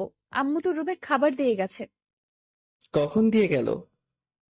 তুমি যখন ড্রেস চেঞ্জ করছিলে ওয়াশরুমে, তখন আম্মু এসে খাবার দিয়ে গেছে। ও আচ্ছা। তারপর আমি লাঞ্চ করতে শুরু করলাম। এই তুমি কেমন, আমাকে ডাকছো না কেন? তোকে ডাকার কি আছে? তুই দেখতে পাচ্ছিস না খাবার এখানে? তাই বলে তুমি একা একা খাবে, আমাকে একবারও ডাকবে না? শোন, এত ঢং দেখার সময় নেই। তোর ইচ্ছা হলে খাবি, নয়তো খাবি না। নীলা আমার কাছে আসলো, এসে বলল, আমাকে খাইয়ে দাও। শখ কত? খাইয়ে দাও বলতেছি। কখনোই না। না খাইয়ে দিলে আমি কিন্তু তোমাকে বিরক্ত করব। বিরক্ত করি মানে? দেখবে। আমি কোনো কথা বললাম না, চুপচাপ খেয়ে যাচ্ছি। নীলা এসে আমার কোলের উপর বসলো। এই, কি হচ্ছেটা কি? নাম বলছি। বললাম তো, খাইয়ে না দিলে বিরক্ত করব। আমি কখনোই তোকে খাইয়ে দেব না। নাম বলছি। না খাইয়ে দিলে আমিও নামবো না। শেষবারের মতো বলছি, নাম বলছি, না হলে কিন্তু ফেলে দেব। ফেলে দিলে তো আম্মু আছে, আম্মুকে ডাকবো। তারপর কি হবে বুঝতেই পারছো। কি করব? এমন দুষ্টু মেয়ে আমি কখনো দেখিনি। আচ্ছা ঠিক আছে, নাম, আমি খাইয়ে দিচ্ছি। প্রথমেই খাইয়ে দিতে বললাম, দিলে না। এখন আমিও নামবো না। যত তাড়াতাড়ি খাইয়ে দিবে তত তাড়াতাড়ি নামবো। আর না হলে দিও না। আমার তো থাকতে ভালোই লাগছে। আর কি করব? নীলাকে খাইয়ে দিতে শুরু করলাম। না খাইয়ে দিলে তো আর নামবে না। আমি নীলাকে খাইয়ে দিচ্ছি, আর নীলা শুধু বারবার আমার হাতে কামড় দিচ্ছে। আমি চুপচাপ সব সহ্য করছি। তাড়াতাড়ি খাইয়ে না দিলে আমার কোল থেকে নামবে না। আচ্ছা, আমার খাওয়া শেষ, এবার তুমি খাও। আমি হাত ধুয়ে নিচ্ছি। এই, তুমি শেষ করলে কেন? খাও বলছি। শোন, এত অত্যাচার রিমান্ডের আসামিকেও করে না, আর আমার খাওয়ার ইচ্ছা শেষ। তুমি এমন বলো না। আমি তোমাকে আর জ্বালাবো না, প্লিজ তুমি খেয়ে নাও। কোথা শেষ বললাম না? আচ্ছা, আমি তোমাকে খাইয়ে দিচ্ছি। কোনো দরকার নেই। আমি চুপচাপ বিছানায় গিয়ে শুয়ে পড়লাম।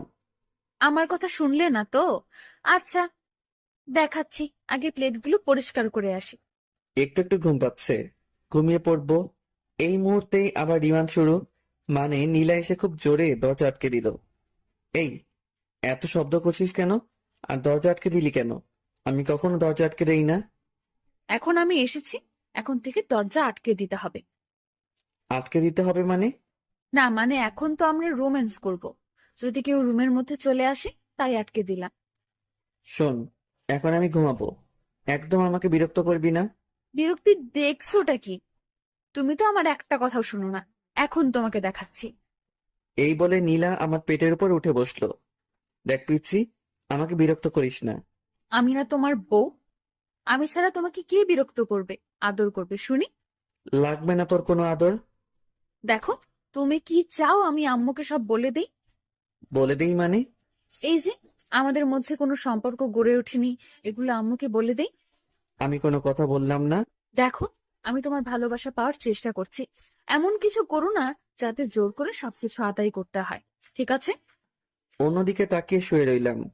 নীলা আমার উপর শুয়ে পড়লো। তারপরে শুরু করলো পিচ্চির অত্যাচার। মানে গলায় গালে কিস করতে শুরু করলো। আবার পুরুষত্ব জেগে উঠতে শুরু করলো। আমি অনেক কষ্টে নিজেকে কন্ট্রোল করছি। তারপরে নীলা যা করলো সেটার জন্য মোটেও প্রস্তুত ছিলাম না। নীলাও ড্রেস খুলে ফেলেছে। আমি ধাক্কা দিয়ে নীলাকে আমার উপর থেকে সরিয়ে দিলাম। কি হচ্ছেটা কি এগুলো? না মানে আমার খুব গরম লাগছে।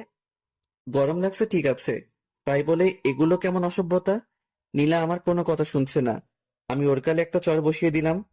ফাইজলামির একটা সীমা থাকা দরকার। তোর অনেক পাগলামি আমি সহ্য করেছি, কিন্তু আর নয়। একটা কথা বলছি, ভালোভাবে শুনে নে। আমি তোকে কখনো আমার বউ হিসেবে মানি না। কথাগুলো বলেই আমি রুম থেকে বেরিয়ে পড়লাম। এই পিচিটার জন্য বাড়িতে থাকা যাবে না। দূর, কিছু ভালো লাগে না। কি করব? আমি বাইক নিয়ে বের হচ্ছি। এমন সময় আম্মু আমাকে ডাকলো। এই দুপুরবেলা কোথায় যাচ্ছিস? এখন দুপুর কোথায়? এখন তো বিকেল হয়ে এসেছে। তুই তো এত তাড়াতাড়ি বের হোস না। আজ হঠাৎ এত তাড়াতাড়ি বের হচ্ছিস যে? না আম্মু, একটু কাজ আছে, তার জন্য আগেই যাচ্ছি। ও আচ্ছা, ঠিক আছে, সাবধানে যাস। ঠিক আছে। তারপরে আমি বাইক নিয়ে বেরিয়ে পড়লাম বাজারের দিকে। এত সকাল সকাল তো কেউ আসবে না। সবাইকে একটা ফোন করি তাহলে আসবে। আমি সবাইকে ফোন দিয়ে বাজারে আসতে বললাম। আমি বাজারে পৌঁছাবার কিছুক্ষণ পর সবাই আসলো। তারপরে জমিয়ে আড্ডা দিতে শুরু করলাম। আজ একটু বেশি রাত করে ফেলেছি, মানে 10টা বেজে গেছে।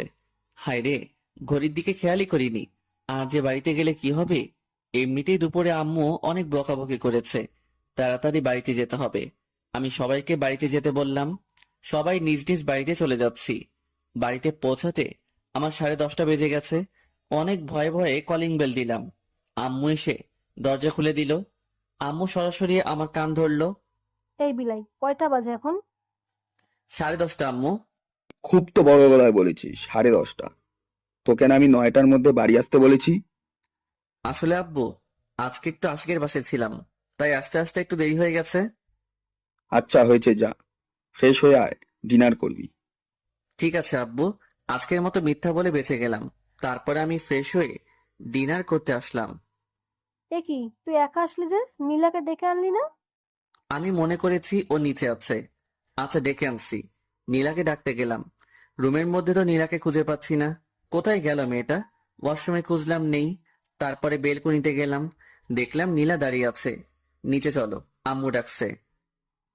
আমার ক্ষুধা লাগেনি, আমি খাবো না। খাওয়ার জন্য নয়, তোকে ডাকছে। এই বলে আমি চলে আসলাম। নীলাও আমার পিছু পিছু আসলো। আম্মু, তুমি আমাকে ডেকেছো? অনেক রাত হয়েছে, আয় খেয়ে নে। আম্মু, আমার একদম ক্ষুধা লাগেনি। ক্ষুধা লাগেনি মানে? কি হয়েছে মা, বলতো?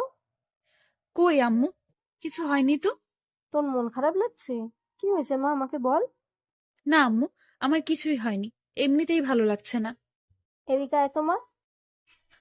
আম্মু নীলাকে খাইয়ে দিতে শুরু করলো।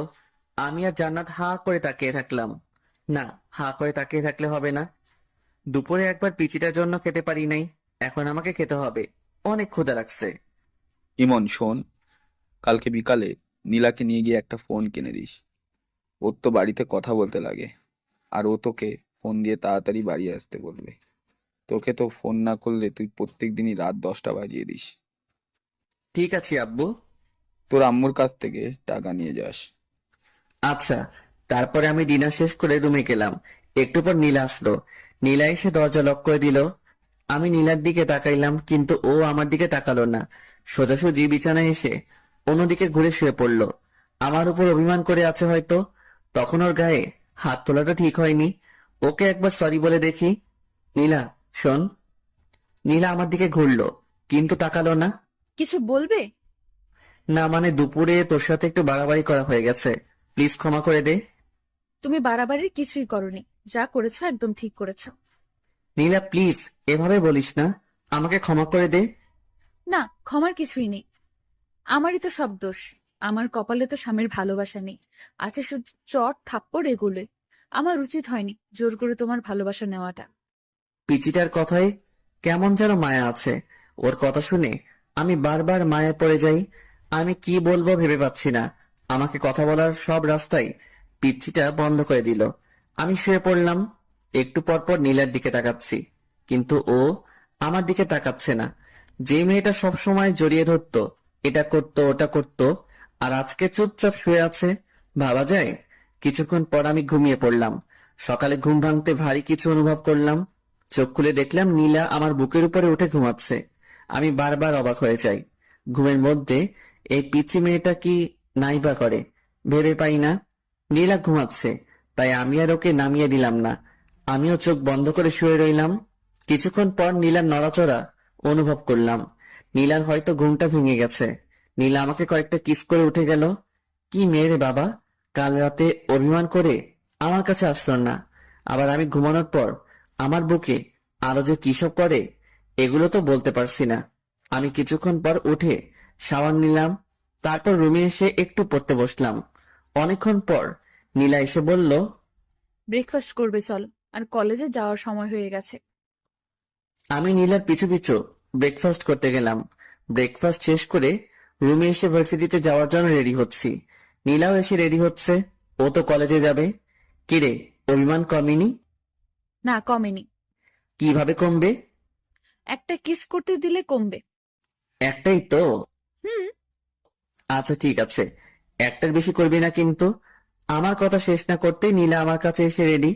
এই, তুমি একটু বিছানায় বসো, না হলে কিস করে শান্তি পাবো না। আমি বিছানায় বসলাম। একটার বেশি করবি না কিন্তু। নীলা আমার দিকে এগোতে থাকলো। আমি চোখ নিচু করলাম। মুহূর্তের মধ্যেই নীলার ঠোঁট আমার ঠোঁটের সাথে মিশিয়ে দিল। আমি প্রথমে একটু ছাড়ানোর চেষ্টা করলাম, তারপরে নীলা আমার গলা জড়িয়ে ধরলো। কয়েকবার নিঃশ্বাস নিয়ে পুরো 5 থেকে 6 মিনিট আমার ঠোঁট দুটো নীলার আয়ত্তে ছিল। এটা কি করলি? কেন, একটা কিস করতে বললে তাই একটাই করলাম। তাই বলে এতক্ষণ? সর, এমনিতেই ব্রাশ করস নাই, তার উপর আবার কিস। তাড়াতাড়ি রেডি হবি, নয়তো তোকে রেখে ভার্সিটিতে চলে যাব। এই না না, আর একটু ওয়েট করো প্লিজ। এত সময় লাগে নাকি? এত কোথায়, এক্ষুনি তো রেডি হতে শুরু করলাম। তুমি তো একটু হেল্প করলেও পারো। পারি না, আমি নিচে আছি, তুই তাড়াতাড়ি আসবি কিন্তু। নিচে গিয়ে অপেক্ষা করছি। এদিকে জান্নাতেরও আসার কোনো নামগন্ধ নেই। এদের দুজনের জন্য আমার মেজাজটাই নষ্ট হয়ে যায়। এতক্ষণ লাগে নাকি রেডি হতে? কিছুক্ষণ পর নীলা আর জান্নাত আসলো। এ কি, তুই এখনো রেডি হসনি কেন? আমি আজকে যাব না ভাইয়া। কেন, সমস্যা কি? না, সমস্যা নেই। আজকে আমার কোনো বান্ধবী আসবে না, ফোন করেছিল, তাই আমিও যাব না। আচ্ছা ঠিক আছে। আমি বাইক বের করে স্টার্ট দিলাম। নীলাকে বসতে বললাম। নীলা উঠে বসলো। বসার সাথে সাথে আমাকে জড়িয়ে ধরলো। এই কি হচ্ছে এইসব? পড়ে যাবো যে, তাই ধরলাম। পরে যাবি ঠিক আছে, তাই বলে এভাবে ধরতে হবে নাকি? আমি তো পিচ্ছি একটা মেয়ে, এভাবে না ধরলে পড়ে যাব। তুমি চুপচাপ বাইক চালাও তো। তারপরে আমরা দুজন ভার্সিটিতে যেতে লাগলাম। রাস্তার সব মানুষজন আমাদের দিকে তাকাচ্ছে। আমি বাইক থামিয়ে হেলমেট পরলাম, তারপরে আবার যেতে শুরু করলাম। এই, হঠাৎ হেলমেট পরলে যে?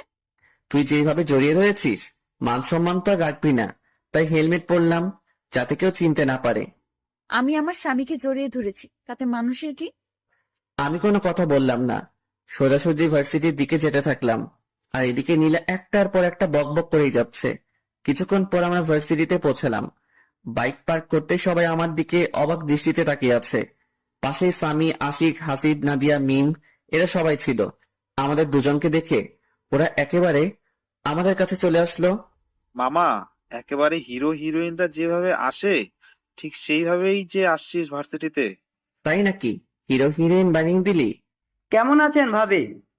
আলহামদুলিল্লাহ ভালো, আপনি? আমাদের আর ভালো থাকা। কেন ভাইয়া, কি হয়েছে? তুমি অত বুঝবে না, বড় হও। ও আচ্ছা। তুই এখন ক্লাসে যা। তুই তো তোর বউয়ের সাথে তুই করে কথা বলিস, এটা কেমন অভ্যাস? তোকে এত বুঝতে হবে না, ও একটা পিচ্চি, ওকে আমি যা বলবো ওকে তাই শুনতে হবে। এদিকে নীলা আমাকে আম্মুর ভয় দেখায়, আমাকেই ওর সব কথা শুনতে হয়। তাই বলে তুই তোর বউয়ের সাথে এইভাবে কথা বলতে পারিস না? চুপ থাক তুই। এই চল, প্রথম ক্লাস মিস করা যাবে না। প্রথমবার ক্লাস করছি, চল সবাই। আচ্ছা ঠিক আছে চল। তারপর আমরা সবাই ক্লাস করতে গেলাম। নীলাও গেল ক্লাস করতে। আমরা দুইটা ক্লাস করে বাইরে এসে আড্ডা দিচ্ছি, আর নীলা ওদিকে ক্লাস করেই যাচ্ছে। চল বাজারের দিকে যাই, সিগারেট না খেয়ে মাথাটা কেমন চক্কর দিচ্ছে। তোরা না কোনো দিনও ভালো হবি না, বুঝলি? এই, আমি ভালো হয়ে গেছি। তুই ভালো হবি এটাও আমাকে বিশ্বাস করতে হবে। হুম, বিশ্বাস অবিশ্বাস তোর কাছে। আমি তো বাজারে যাব না, আর সিগারেটও খাবো না।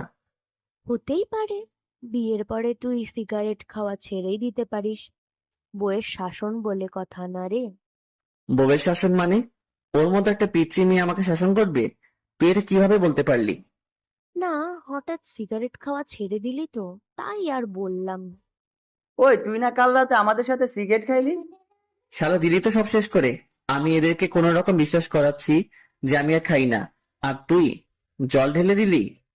আমি জানতাম ইমন কোনোদিনও সিগারেট খাওয়া ছাড়বে না, তাই কোনোদিনও ভালোও হবি না তুই, কুত্তা। কি? আমাকে কুত্তা বললি? থাম, তোকে দেখাচ্ছি। এই বলে আমি নাদিয়াকে মারতে শুরু করলাম। ওর নরম গালে আস্তে আস্তে চড় বসাতে ভালোই লাগে। দিলি তো মেকআপটা নষ্ট করে, যা সর এখান থেকে। আচ্ছা, তোর 2-3 ইঞ্চি মেকআপ আমি ঠিক করে দিচ্ছি। ওয়েট। আমি হাত দিয়ে ঘষে নাদিয়ার মুখ একেবারে এলোমেলো করে দিলাম। একটু সাইডে লক্ষ্য করলাম, দেখলাম নীলা চোখ বড় বড় করে দাঁড়িয়ে আছে। কি রে, তোর ক্লাস শেষ? বাড়িতে চলো। আচ্ছা ঠিক আছে চল। তারপরে আমরা সবাই নিজ নিজ বাড়িতে যেতে লাগলাম। নীলা দেখছি এবার আমাকে একটুও টাচ করছে না। আবার কি হলো? আসার সময় যেমন দুষ্টামি করছিল, ওর যে একটু পর পর কি হয় কিছুই বুঝতে পারি না। যাই হোক, বাড়ির দিকে যাই। কিছুক্ষণ পর আমরা বাড়িতে পৌঁছলাম। কলিং বেল দিতেই আম্মু দরজা খুলে দিল। আম্মু, তোমার ছেলে আজকে ভার্সিটিতে খুব বাজে কাজ করেছে। কি করেছে রে? তোমার ছেলেকে জিজ্ঞেস করো। এই, কি করেছিস তুই? কই কি করলাম? আমি তো কিছুই করি নাই। মিথ্যা বলছে আম্মু। আচ্ছা, কি করেছে তুই বল তো মা। তোমার ছেলে ভার্সিটির মেয়েদের মেকআপ ঠিক করে দেয় গালে হাত দিয়ে। নীলা, এসব কি বলছে? আম্মু, ওইটা আমার বান্ধবী ছিল, আমরা ইয়ার্কি করছিলাম। গায়ে হাত দিয়ে কিসেরই আর কি? ফ্রেন্ডের মধ্যে তো একটু একটু এমন হয়। ঠিক আছে, কিন্তু গায়ে হাত দেওয়া যাবে না। এরপর থেকে যেন এরকম কথা না শুনি। ঠিক আছে আম্মু। তারপর আমি রুমে গেলাম। আমার পিছু পিছু নীলা রুমে আসলো। এই পিচ্ছি, তুই আম্মুকে বললি কেন? বলবোই তো, 100 বার বলবো। আমাকে বকা খাওয়াতে তোর ভালো লাগে? না, লাগে না। কিন্তু তুমি অন্য মেয়েদের গালে কেন হাত দিবে? ওটা তো আমার ফ্রেন্ড ছিল, ওর সাথে আমি মজা করছিলাম। তুমি মজা করো আর যাই করো, আমার ছাড়া অন্য কোনো মেয়ের গালে বা অন্য কোথাও স্পর্শ করতে পারবে না। কেন? তোর সমস্যা কোথায়? নীলা আমাকে জড়িয়ে ধরলো আর বলল, তুমি শুধু আমার, আমি ছাড়া কেউ তোমার ধারে কাছেও আসতে পারবেন না। ছাড় তো, এখন গোসল করব। ছাড়বো কেন? চলো, আমিও গোসল করব। না, আগে আমি তারপরে তুই। বললাম না দুজন একসাথে। আমার কথা না শুনলে কি হবে সে তো দেখতেই পেলে একটু আগে। কবে মুক্তি পাবো তোর এই ঝামেলা থেকে? যেদিন আমাকে তোমার আপন করে নেবে সেদিনই তুমি মুক্তি পাবে। কোনো দিনও না। তাহলে কোনোদিনও মুক্তি পাবে না। আমি কোনো কথা না বলে ওয়াশরুমে গেলাম শাওয়ার নিতে। নীলাও আমার পিছু পিছু আসলো। আমি শাওয়ারটা ছেড়ে দিলাম। নীলা এসে আমাকে পেছন দিক থেকে জড়িয়ে ধরলো। গোসল করার সময় এগুলো কি ধরনের ফাজলামি? এগুলো ফাজলামি নয়, এগুলো ভালোবাসা। গোসল করার সময় কেউ ভালোবাসা প্রকাশ করে না। সবার সাথে আমার কোনো মিল নেই। আমার যখন যেটা ভালো লাগে আমি তখন সেটাই করি। তাহলে আমার সাথে কেন এগুলো করিস? তুই জানিস না কোনটা আমার ভালো লাগে আর কোনটা ভালো লাগে না? একবার আমাকে আপন করে নাও, তারপর থেকে তোমার সব কিছু ভালো লাগবে। ছাড়বি তুই আমাকে? একবার শক্ত করে জড়িয়ে ধরো, তাহলে ছাড়বো না। পারবো না, তাড়াতাড়ি ছাড় বলছি। আচ্ছা, এখন জোর করলাম না, কিন্তু লাঞ্চ করার পর আমাকে জড়িয়ে ধরবে, না হলে খবর আছে তোমার। তারপরে আমরা দুজন গোসল শেষ করলাম। এই, আমাকে একটু চিরুনি করে দাও না। মানে আমি চিরুনি করতে পারি নাকি? পারবে। এদিকে এসো, একটু সাহায্য করো না। আমি কোনোদিনও কাউকে চিরুনি করে দেইনি। আজকে আমাকে দেবে। এসো প্লিজ প্লিজ প্লিজ। কি করব? এই প্রথম নীলার মাথায় চিরুনি করে দিলাম। নীলা তো মহা খুশি। তারপরে আমরা দুজন লাঞ্চ করতে গেলাম। আমি, নীলা, আম্মু, জান্নাত একসাথে লাঞ্চ করলাম। আব্বু কাজের ব্যস্ততায় আসতে পারে নাই। আম্মু আমাকে তোমার মতো রান্না শেখাবে। আচ্ছা শেখাবো, তুই আগে বড় হয়ে নে। আর কত বড় হব, তুমি আমাকে শিখিয়ে দেবে। আচ্ছা, তোকে সময় করে রান্না করা শেখাবো। আচ্ছা ঠিক আছে। ইমন, তোর আব্বু নীলাকে একটা ফোন কিনে দিতে বলেছে। আচ্ছা ঠিক আছে, একটা ফোন এনে দেব।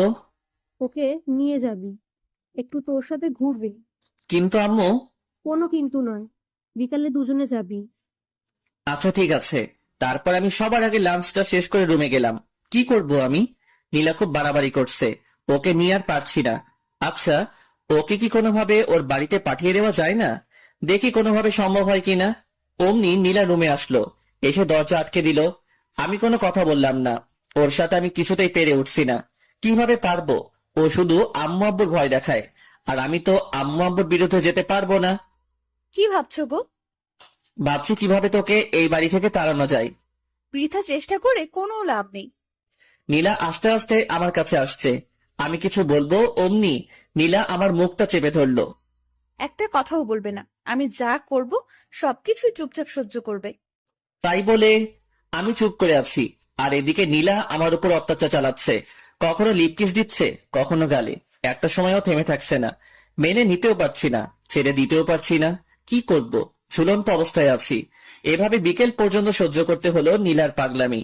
এইটুকু একটা পিচ্চি মেয়ে এত কিছু বোঝে কিভাবে? আমি ভেবে পাই না। পিচ্চি কিন্তু যেগুলো করে, মনে হয় কত কত বছরের অভিজ্ঞতা। আমি বিছানা থেকে উঠে ফ্রেশ হতে গেলাম। ঠোঁট আর গাল নীলা একেবারে শেষ করে দিয়েছে। এখন আমার যেতে হবে নীলাকে নিয়ে শপিং এ, ফোন কিনতে। এ তো আরেকটা ঝামেলা। এইটুকু একটা পিচ্চি মেয়ের সাথে বেড়াতে আমার একদম ভালো লাগে না। আমি রুমে এসে ফোন টিপতে লাগলাম। আচ্ছা আমি কি পরবো? শাড়ি পরলে কি ভালো লাগবে? তাড়াতাড়ি রেডি হবি, বেশিক্ষণ অপেক্ষা করতে পারবো না। তুমি সব সময় একটু বেশি কথা বলো। শোনো, আমি নীল শাড়ি পরবো আর তুমি একটা নীল পাঞ্জাবি পরবে, ঠিক আছে? নীলা আলমারি থেকে একটা নীল পাঞ্জাবি বের করলো, আর ওর জন্য নীল শাড়ি। তোকে বললাম না এখন পাঞ্জাবি পরবো না? আমি যখন বলেছি তোমাকে পরতেই হবে। এদিকে এসো তো। নীলা আবার শার্ট খুলে পাঞ্জাবি পরিয়ে দিল। এই, আমাকে শার্টটা পরিয়ে দাও না। আমি পারি না, তুই একা একাই পর। আমি বাইরে যাচ্ছি। এই, তোমাকে বাইরে যেতে বলেছি। এদিকে আসো। তুমি একটু শাড়ির কুচিটা ধরো। কি আর করব? আমি গিয়ে নীলা শাড়ির কুচিটা ধরলাম। এতক্ষণ লাগে নাকি শাড়ি পরতে? তাড়াতাড়ি পর বলছি।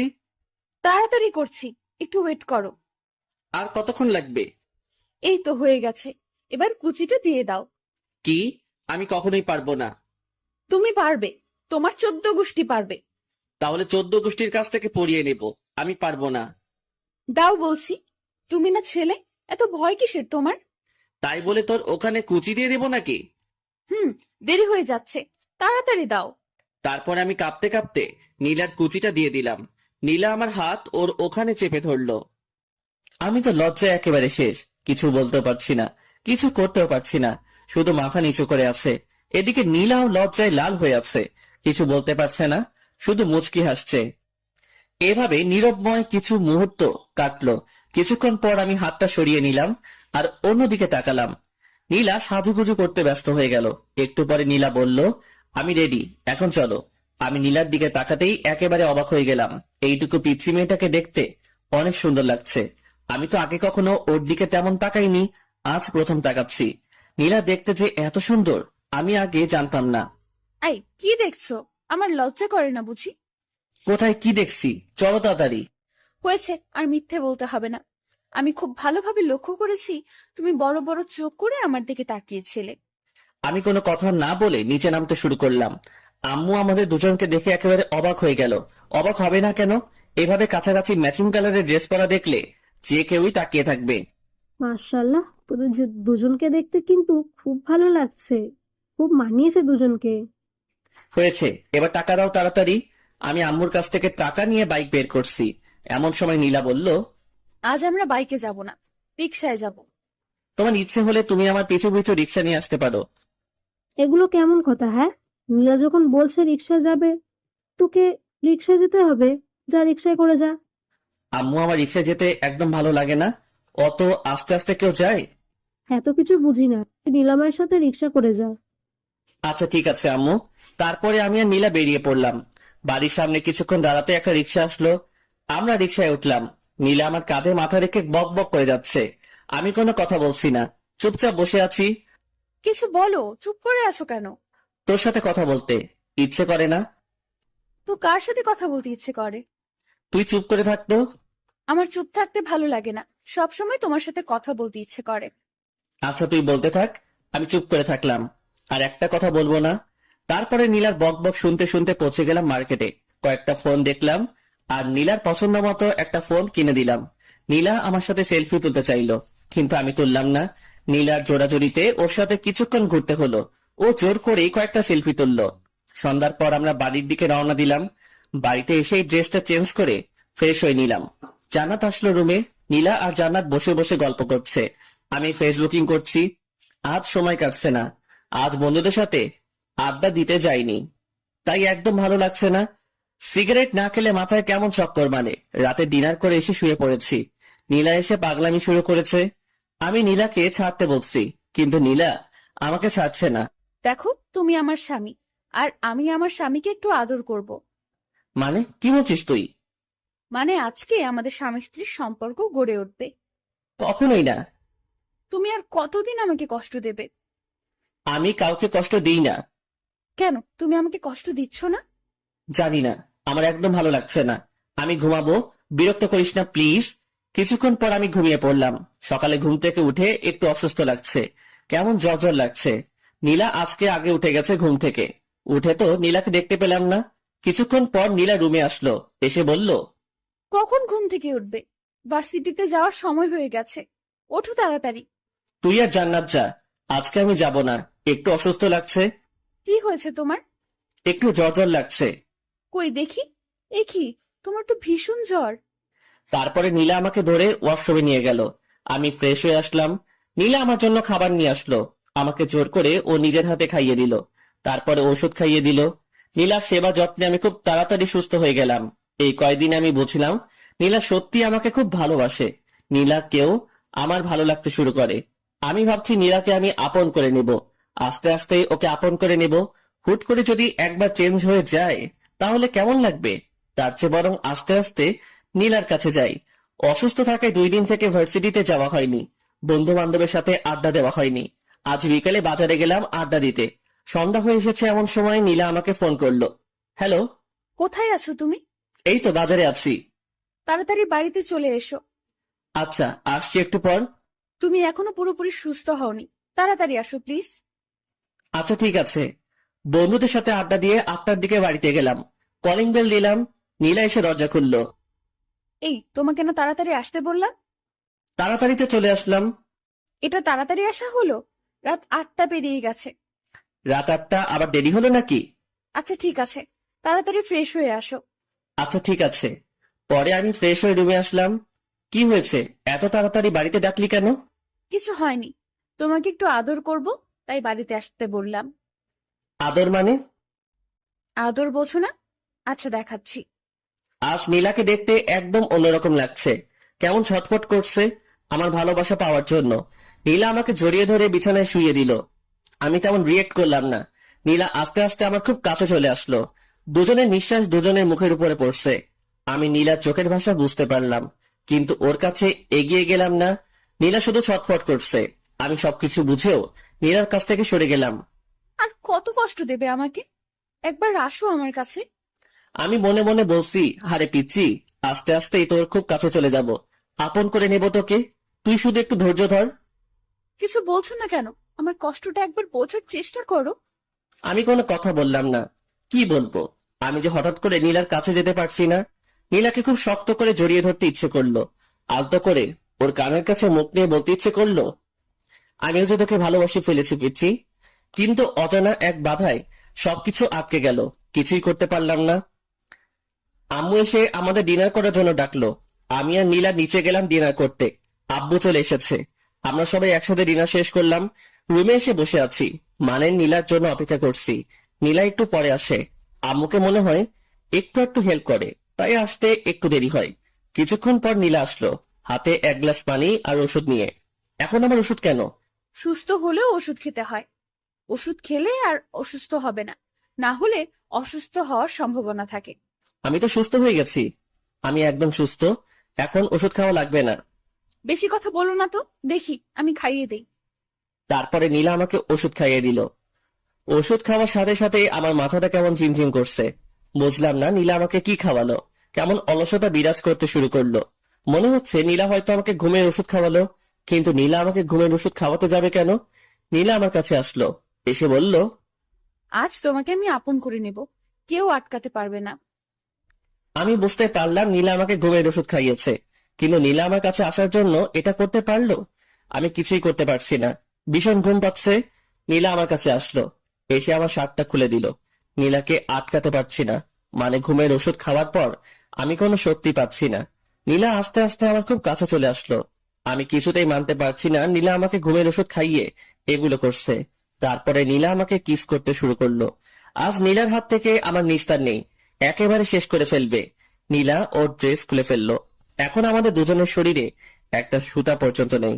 নীলা আমার খুব কাছে চলে আসলো। আমি নীলাকে আটকাতে পারলাম না, সবকিছু শেষ করে ফেললো। নীলার প্রতি আমার অনেক রাগ হলো। ও আমাকে ঘুমের ওষুধ খাইয়ে নীলাকে মারতে ইচ্ছে করছে, কিন্তু আমি উঠে বসার মতো শক্তি পাচ্ছি না। নীলা আমার উপরে শুয়ে আছে, একটু পর পর আমার দিকে তাকাচ্ছে। কিছুক্ষণ পর নীলা আমাকে বিছানা থেকে তুলে ওয়াশরুমে নিয়ে গেল। দুজনে একসাথে শাওয়ার নিলাম। শাওয়ার নেওয়ায় আমার ঘুম একেবারে ভেঙে গেল। আমার নিজের প্রতি অনেক রাগ হতে শুরু করলো। নীলা আমার সাথে এগুলো করলো, অথচ আমি ওকে আটকাতে পারলাম না। আমি ড্রেস চেঞ্জ করে রুমে চলে আসলাম। আজ নীলার খবর আছে। ও কি করলো আমার সাথে? নীলা ওয়াশরুম থেকে বেরিয়ে আসতে আমি ওকে একটা চড় বসিয়ে দিলাম। তুই এটা কি করলি আমার সাথে? যা করেছি একদম ঠিক করেছি, এটা ছাড়া আমার কোনো উপায় ছিল না। নীলার কথা শুনে আমার রাগ আরো বেড়ে গেল। আমি খাটের রেলিং খুলে নীলাকে মারতে শুরু করলাম। অনেক মারলাম নীলাকে। মারতে মারতে লোহার রেলিংটা ভেঙে ফেললাম। নীলা কাঁদতে কাঁদতে বলল, তোমাকে আপন করে নেওয়া কি আমার অপরাধ? আমি কি আমার স্বামীর ভালোবাসা কোনোদিনও পাবো না? কেন বিয়ে করেছো আমাকে? আমার কি একটা স্বপ্ন থাকতে পারে না? তুই আমার চোখের সামনে থেকে সর। তোর মতো পিচ্চি মেয়েকে আমার সহ্য হয় না। আমি কখনো তোকে বিয়ে করতে চাইনি। আম্মু আব্বু আমাকে জোর করে তোর সাথে বিয়ে দিয়েছে। আসলেও তো তোমাকে তো জোর করে বিয়ে দিয়েছে। জোর করে তো আর ভালোবাসা পাওয়া যায় না। আমি এটা ভুলেই গিয়েছিলাম। মুক্ত করে দিচ্ছি আমি তোমাকে। আর কখনো বিরক্ত করব না। চলে যাব আমি তোমার কাছ থেকে অনেক দূরে। আমাকে প্লিজ ক্ষমা করে দিও। আর কখনো তোমাকে এই পিচ্চির জ্বালা সহ্য করতে হবে না। মুক্ত করে দিলাম। খুব ভালোবাসি তোমায়। আমি কোনো কথা বললাম না। নিজের প্রতি নিজেরই ঘৃণা জন্মালো। আমি নীলা কি মারলাম? কি করে ওর মতো একটা পিচ্চি মেয়েকে মারতে পারলাম? খুব ভুল করে ফেললাম আমি। এক্ষুনি ওর কাছ থেকে ক্ষমা চেয়ে নেব, আর ওকে আমার বউয়ের মর্যাদা দেব। আমি পিছনে তাকাতেই নীলাকে দেখতে পেলাম না। বুকের মধ্যে কেমন ধুক করে উঠল। রুমের মধ্যে নীলাকে খুঁজলাম, কিন্তু পেলাম না। ওয়াশরুমে গেছে হয়তো। ওয়াশরুমে গেলাম, কিন্তু নীলাকে পেলাম না। কোথায় গেল নীলা? আমি বেলকনিতে গেলাম, কিন্তু নীলাকে পেলাম না। আমি নিচে গিয়ে নীলাকে ডাকতে লাগলাম। আমি সারা বাড়িতে খুঁজে নীলাকে পাচ্ছি না। আমার চিৎকার করে ডাকায় আম্মু আব্বু জান্নাত এরা সবাই বেরিয়ে আসলো। কি হয়েছে? এত জোরে জোরে নীলাকে ডাকছিস কেন? কোথায় গিয়েছে ও? আম্মু, আমি নীলাকে খুঁজে কোথাও পাচ্ছি না। পাচ্ছি না মানে? কোথায় যাবে এত রাতে? বাড়িতে আছে, দেখ ওয়াশরুমে গেছে হয়তো। না আম্মু, ওয়াশরুমে আমি খুঁজেছি, সারা বাড়িতে নীলাকে খুঁজতেছি, কিন্তু কোথাও পাচ্ছি না। কি বলছিস কি? কিছু হয়েছে দুদিন মধ্যে? তারপর আমি সব ঘটনা খুলে বললাম। মানে নীলাকে বউয়ের অধিকার দেইনি, এসব কথা বললাম। তুই এটা কিভাবে করতে পারলি? যেখান থেকে পারিস তাড়াতাড়ি নীলাকে নিয়ে আয়। আনবো আম্মু, আমি নীলাকে খুঁজে আনবো। আমি নীলাকে কোথাও যেতে দেব না। তারপর আমি বাড়ি থেকে বেরিয়ে পড়লাম নীলাকে খুঁজতে। কোথায় খুঁজবো আমি নীলাকে? কোথায় গেল মেয়েটা? আশেপাশে অনেক খোঁজাখুঁজি করলাম, কিন্তু নীলাকে কোথাও পেলাম না। চোখ দিয়ে জল গড়িয়ে গড়িয়ে পড়ছে। নিজেকে ভীষণ অপরাধী মনে হচ্ছে। আমার কান্না কোনোভাবে থামছে না। আমি নীলাকে খুঁজতে খুঁজতে রাস্তার মাঝখানে চলে আসি। এমন সময় একটা মিনি ট্রাক এসে আমাকে ধাক্কা দেয়। 3 দিন পর আমার জ্ঞান ফেরায়। আমি নিজেকে হাসপাতালে আবিষ্কার করলাম। আশেপাশে লক্ষ্য করলাম, দেখলাম আম্মু চেয়ারে বসে আছে। আম্মু, আমি এখানে কেন? 3 দিন আগে একটা ট্রাকের সঙ্গে তুই অ্যাক্সিডেন্ট করেছিলি। আমার সবকিছু মনে পড়ে গেল। আমি উঠে বেরিয়ে যেতে লাগলাম। আম্মু আমাকে আটকালো। কোথায় যাচ্ছিস তুই? আম্মু, নীলাকে খুঁজে বের করতে হবে। নীলাকে সবাই খুঁজছে, তুই এখন অনেক অসুস্থ, তোকে এখন যাওয়া লাগবে না। না আম্মু, নীলাকে আমি খুঁজতে যাব। নীলার সাথে আমি খুব অন্যায় করেছি। ওকে যেখান থেকে হোক আমাকে খুঁজে বের করতেই হবে। আচ্ছা ঠিক আছে, আগে সুস্থ হয়ে নে, তারপর খুঁজিস। আর শোন, নীলা হয়তো বা অ্যাক্সিডেন্ট করেছে। অ্যাক্সিডেন্ট করেছে মানে? কোথায় নীলা? তোমরা কিভাবে জানলে? আমাদের বাসা থেকে একটু সামনেই সেদিন রাতে আরো একটা অ্যাক্সিডেন্ট হয়েছিল, আর ওটা নীলাই ছিল, কারণ ওখানে নীলার রক্তাক্ত ওড়না পাওয়া গেছে। নীলার অ্যাক্সিডেন্টের কথা শুনে আমার বুকের ভিতর কেমন যেন করছে। নীলার কিছু হয়নি তো? কেমন আছে? কোথায় আছে? তুই কোনো চিন্তা করিস না, আশেপাশে সব হাসপাতালে খবর নেওয়া হচ্ছে, নীলাকে খুব তাড়াতাড়ি পাওয়া যাবে।